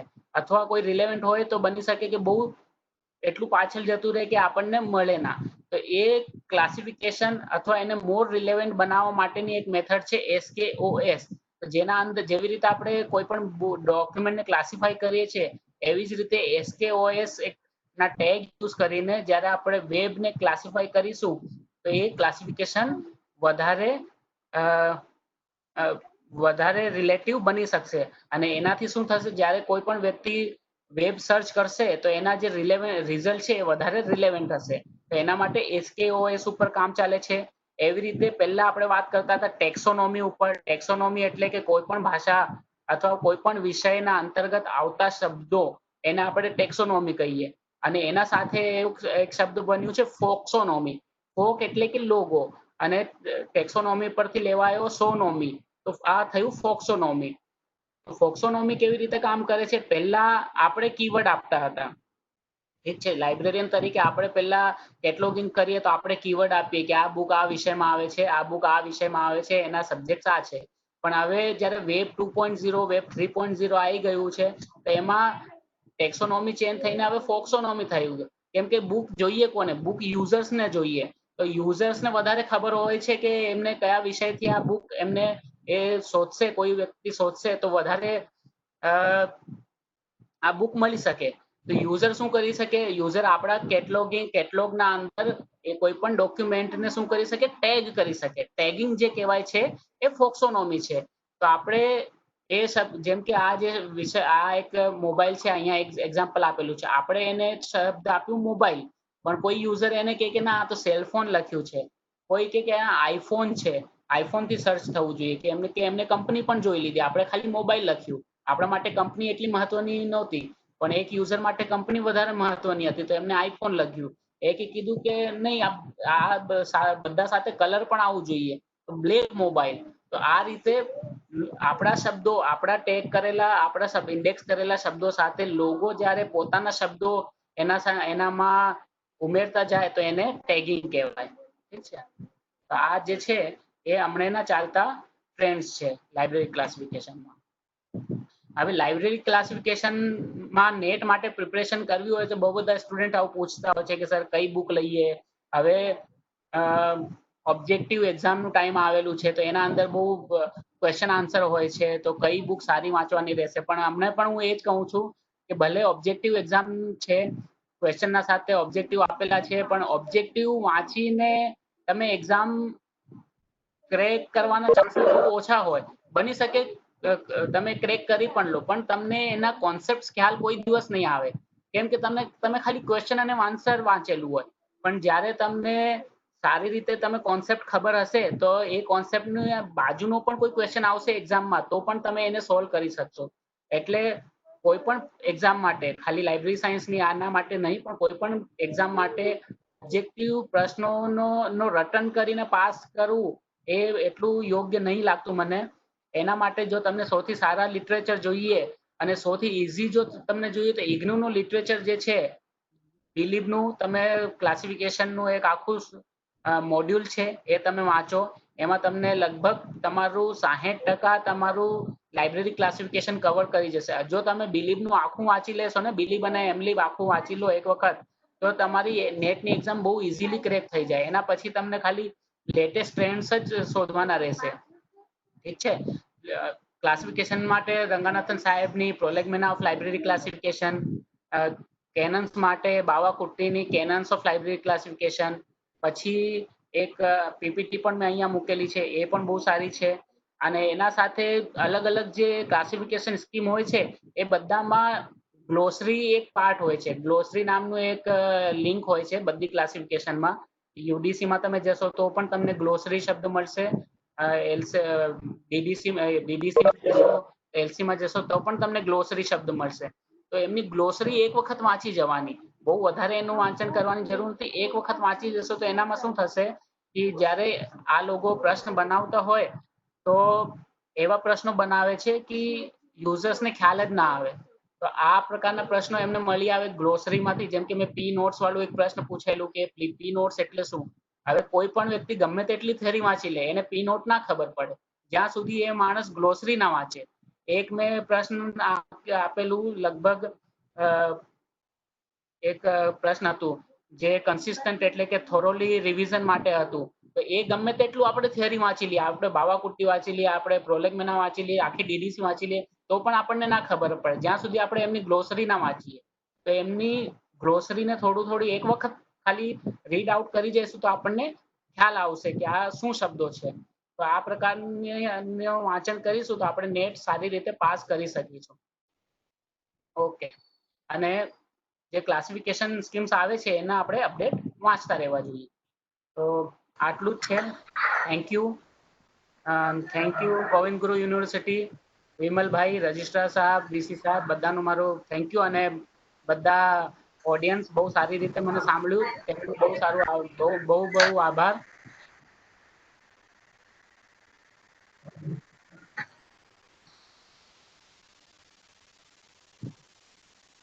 મારો હાલો, અવાજ હા સંભળાય છે, સંભળાય છે, સંભળાય છે, સંભળાય છે. સંભળાય છે. હા સંભળાય છે, સંભળાય છે.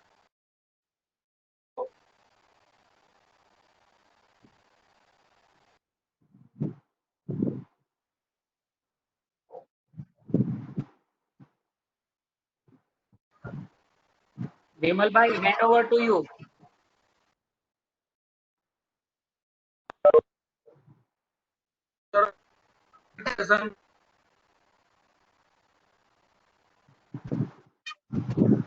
હેલો.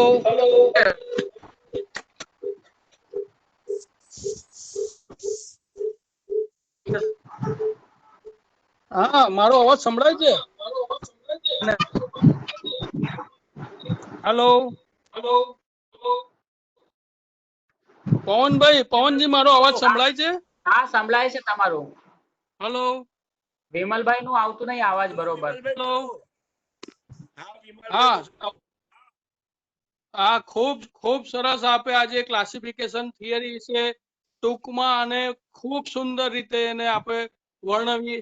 યુનિટ 5 આપણો universe of knowledge, nature and attributes, model of formation of subject, knowledge organisation, જેમાં classification, theory, canons and principle, simple and knowledge organisation system, SKOS, taxonomies, folksonomy, trends in class તેમજ mapping of subject in library classification scheme like UDC, DC, NCC, આ બધી જ સિસ્ટમને તમે ખૂબ સારી રીતે અને ખૂબ સરસ રીતે મારો અવાજ સમ-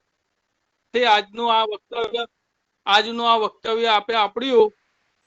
ખૂબ ખૂબ આભાર, આપણો ખૂબ ખૂબ આભાર ડોક્ટર પવનજી, એમના બિઝી શેડ્યુલમાં રહીને પણ આપણી વચ્ચે. અજય સર, હું આપણે જણાવું કે ડોક્ટર પવન અગ્રવાલ બિલકુલ બિઝી છે અને તેઓ સેલવાસા કોલેજના લાઇબ્રેરિયન છે. છેલ્લા 20 વર્ષ છેલ્લા 20 વર્ષથી આપણે લાઇબ્રેરી સાયન્સ સાથે જોડાયેલા છે અને છેલ્લા 6 મહિનાથી એમને કોરોનાના ઓફિસર બનાવ્યા છે કોરોના કાળની આ મહામારીમાં, અને તેઓ કોરોના વોરિયર્સ તરીકે કામ કરી રહ્યા છે. તેમના આટલા વ્યસ્ત બિઝી શેડ્યુલ વચ્ચે પણ તેઓ આપણી વચ્ચે ઉપસ્થિત થયા. ખૂબ ખૂબ આપણો ખૂબ ખૂબ આભાર. પવનજી થેન્ક યુ કમલભાઈ. પવનજી આપણી સાથે આપણા કોઓર્ડિનેટર ડોક્ટર અજયભાઈ જોડાયા છે. ડોક્ટર અજયભાઈ સોની કે જેઓ કાલોલ કોલેજમાં 30 વર્ષથી લાઇબ્રેરિયન તરીકે કામ કરી રહ્યા છે અને છેલ્લા 2 વર્ષથી આપણી યુનિવર્સિટીમાં સેવા આપી રહ્યા છે અને નેટ સ્લેટ પીએચડી ના કોચિંગ ક્લાસ શરૂ કર્યા એના મુખ્ય કન્વીનર તરીકે તેઓ કાર્ય કરી રહ્યા છે. તો હવે અજયભાઈને હું વિનંતી કરીશ કે તેઓ 2 શબ્દ કહેશે આ પ્રસંગે. મને તો વિમલભાઈ, રાજેશભાઈ, દીપ્તિબેનની ટીમને અને આજે 15મી ઓગસ્ટ લોકો સ્વતંત્રતા દિન ઉજવતા હોય આવા આખા દેશના જોવાના સમયમાં અમારી લાઇબ્રેરી સાયન્સની ટીમ અને આજના વિદ્વાન વક્તા પવન અગ્રવાલજી સાથે આપણી વચ્ચે ઉપસ્થિત ક્લાસિફિકેશન અનેક પાસાઓ આપણને સમજાયા. અમને આજે આનંદ એટલા પણ છે, મેં વાઇસ ચાન્સેલરને કીધું પ્રતાપસિંહને આજે પણ આપણું લેક્ચર છે એમને પણ ખૂબ જ આનંદ વ્યક્ત કર્યો કે આજના આવા રાષ્ટ્રીય દિવસે પણ આપણા વિદ્યાર્થીઓ અને અધ્યાપકોની ટીમ કાર્યરત છે. એ ખૂબ જ પ્રશંસનીય બાબત છે. વિમલભાઈ યુનિવર્સિટી લાઇબ્રેરી સાયન્સમાં પડતું કામ છે એ અમારા વિદ્યાર્થી પણ છે. અમારા રાજેશભાઈ, બધા લોકો આખી ટીમ મહેનત કરે છે. આજના સ્વતંત્ર દિવસ નિમિત્તે પણ આટલા બધા વિઝિટમાં પણ પવન અગ્રવાલજી કોરોના વોરિયર્સ તરીકે તમારી કામગીરીની ચર્ચા છે, પણ વિષયના પણ તમે નિષ્ણાત છો એ ખૂબ આનંદની વાત છે. અને આજે અમારી યુનિવર્સિટીમાં આવીને કલાક 1.5 કલાકથી નોનસ્ટોપ આ કાર્યક્રમ ચાલે છે. તો વિમલભાઈ અને રાજેશભાઈ, વિમલભાઈ, દીપ્તિબેન સૌ અને જે વિદ્યાર્થીઓ આ કાર્યક્રમ જોઈ રહ્યા છે અને ફેસબુક લિંક ઉપર, એ સૌને હું બિરદાવું છું. પોતાની જ્ઞાન પ્રાપ્તિની આ જે જિજ્ઞાસા છે, જ્ઞાન પ્રાપ્તિની આ જે ભૂખ છે, વધુ ને વધુ બળવત્તર બને અને પોતાના ફિલ્ડમાં પોતે અવ્વલ નંબર કરે. પ્રાર્થના સાથે વિરામ આપું છું.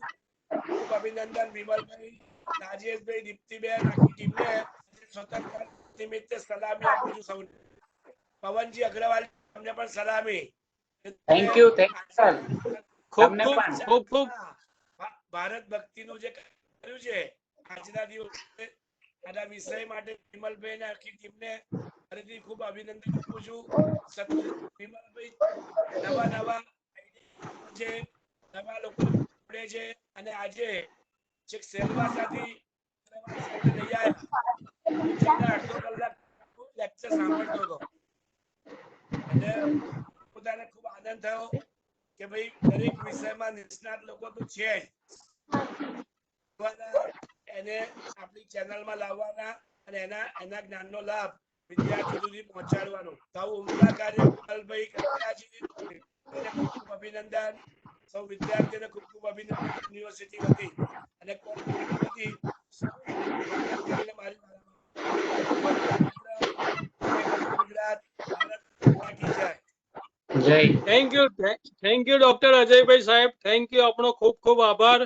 આપણો આપના સતત પ્રેરણા અને માર્ગદર્શનથી જ આ અમે કાર્ય કરી રહ્યા છે. આપણો ખૂબ ખૂબ ફરી આભાર. હવે આપણી સાથે જોડાઈ ગયેલા છે જે ક્યારના સતત 2 કલાકથી આપણા ગેસ્ટ એવા ડોક્ટર પ્રવીણભાઈ સેલક આપણી સાથે જોડાયેલા જ છે. અને તેમનો 2 મિનિટ પરિચય આપું તો પ્રવીણભાઈ સેલક સાહેબ છેલ્લા 25 વર્ષથી ઝાલોદ કોલેજ ખાતે લાઇબ્રેરિયન તરીકે પોતાની ફરજ બજાવી રહ્યા છે. તેઓ 5 વર્ષ પહેલા પોતાની પીએચડી પદવી પ્રાપ્ત કરી ચૂક્યા છે અને અત્યારે તેઓ ગોવિંદ ગુરુ યુનિવર્સિટીમાં પણ સારી એવી સેવા બજાવી રહ્યા છે. તો આ તબક્કે હું પ્રવીણભાઈ સેલકને વિનંતી કરું કે આજના આ કાર્યક્રમને અનુલક્ષીને 2 શબ્દ કહેશે. જી પ્રવીણભાઈ. મ્યુટ છો સર તમે, પ્રવીણભાઈ મ્યુટ છો. માઇક ચાલુ કરો પ્રવીણભાઈ, માઇક ચાલુ કરો. હેલો હેલો, અવાજ સંભળાય છે હવે? હા, તો ગુડ ઇવનિંગ સર. સંભળાયો. આપણે લાઇબ્રેરી સાયન્સમાં એવું કહેવાય છે કે લાઇબ્રેરી ક્લાસિફિકેશન છે ને એ સૌથી અઘરો વિષય છે. કારણ કે હું જ્યારે અભ્યાસ કરતો ત્યારે અમારી બેચ 40 ની હતી ને એમાંથી 24 થઈ ગયા હતા ખાલી એનું શેડ્યુલ દેખીને. એટલે આ વિષયમાં આપણે ડોક્ટર અગ્રવાલ સાહેબે બહુ સરસ આપણને માર્ગદર્શન આપ્યું. નેટ સ્લેટના એમ કે પીએચડી એન્ટ્રન્સ એક્ઝામમાં જે એમની માહિતી છે ખૂબ ઉપયોગી થશે આપણને. અને આ લાઇબ્રેરી પ્રોફેશનલ અને સ્ટુડન્ટ માટે આ એમનું માર્ગદર્શન ખૂબ ઉપયોગી થશે. એ તો અગ્રવાલ સાહેબનો ખૂબ ખૂબ આભાર કે આવી માહિતી એમને એક પીપીટી દ્વારા રજૂ કરી. અને આ લાઇબ્રેરી સાયન્સના કોઓર્ડિનેટર જે રાજેશભાઈ, દીપ્તિબેન, વિમલભાઈ દ્વારા મને આમંત્રિત કર્યો ગેસ્ટ તરીકે, એમનો પણ આભાર. અને આવા લાઇબ્રેરી સાયન્સના બીજા વક્તવ્ય ચાલુ સારી રીતે રહે અગાઉ બી એવો પ્રયત્ન કરજો. વિમલભાઈ, તો આ બધાને સારી રીતે આગળ વધે આ કાર્યક્રમ એવી શુભેચ્છા. હેલો. હા, થેન્ક યુ પ્રવીણભાઈ, ખૂબ ખૂબ આભાર આપનો, ખૂબ ખૂબ આભાર. હા, ડોક્ટર પવનજી આપનો ફરીથી એકવાર ખૂબ ખૂબ આભાર. આખી ટીમને ખૂબ ખૂબ અભિનંદન કે આ સરસ રીતે કાર્યક્રમ તમે કરી રહ્યા છો. જો કે હું પહેલી વાર જોડાયો પણ હવે જોડાઈશ. પવનજી આપને હું જણાવું કે અમારા માન્ય વીસી સાહેબ ડોક્ટર પ્રતાપસિંહ ચૌહાણ સાહેબનું આ એક સ્વપ્ન હતું અને એ સ્વપ્ન સિદ્ધ કરવા માટે અજયભાઈ સોની સાહેબે ખૂબ ખૂબ તનતોડ મહેનત કરી અને દરેક વિષયમાં આવા ફ્રી કોચિંગ ક્લાસ ચાલુ કર્યા. અને અત્યારે લગભગ અમારી યુનિવર્સિટીમાં 5500 થી ઉપર વિદ્યાર્થીઓ આ ક્લાસીસનો લાભ લઈ રહ્યા છે. પવનજી આપણે જણાવું. હા, દરેક વિષયમાં ફ્રી કોચિંગ ક્લાસ ચાલુ રહ્યા છે. વિદ્યાર્થીઓ માટે આવી ક્લાસીસ બહુ ઉપયોગી રહેશે. ખૂબ ખૂબ આભાર આપણો, ખૂબ ખૂબ થેન્ક યુ. આજે જોડાયા બદલ ખૂબ ખૂબ આભાર. થેન્ક યુ સર, મને આમંત્રિત કરવા માટે, આ યુનિવર્સિટી સાથે મારું પરિચય કરાવવા માટે બધાનો આભાર. વીસી સાહેબનો આભાર, અંતે ગોવિંદ ગુરુ યુનિવર્સિટીનો આભાર. આ ઓનલાઈન જે જોઈ રહ્યા છે અથવા આ લિંક સાથે જે જોડાયેલા છે બધા પાર્ટિસિપન્ટ્સનું પણ આભાર. બધાનું બહુ આભાર. અને સ્વતંત્રતા દિવસની ફરી એક વખત બધાને શુભકામનાઓ. અને આ કોવિડના સમયમાં બધા સેફ રહે, માસ્ક પહેરે, સોશિયલ ડિસ્ટન્સિંગનું પાલન કરીને આ વર્ષ આપણે કાઢવાનું છે. સારું સમય પાછું આવવાનું જ છે, તો એ સમયના ઇંતજારમાં આપણે આ સમય કાઢી દેવાનું છે. Thank you. ખૂબ ખૂબ આભાર આપનો, ખૂબ ખૂબ આભાર. ઓકે ઓકે, ગુડ બાય મળીએ છીએ ફરી. ઓકે, મળીએ ફરી. Okay okay, bye bye. Thank you. આપણો ખૂબ ખૂબ આભાર પ્રવીણજી આપણો પણ, પવનજી આપણો પણ અને ડોક્ટર અજયભાઈ આપણો પણ ખૂબ ખૂબ આભાર. સર્વ મિત્રોનો જોડાયેલા નામી અનામી સર્વે જે જોડાયા છે તમામ મિત્રોનો આ તબક્કે ખૂબ ખૂબ આભાર વ્યક્ત કરી આજના આ કાર્યક્રમને આપણે પૂર્ણ થયેલો જાહેર કરીએ છીએ. Okay, thank you. Thank you. Jagrutbhai નથી લાગતા, હું જ હોસ્ટ બનેલો છું એટલે કરી દઉં છું કેન્સલ. બંધ કરું છું. Okay okay, hello, by.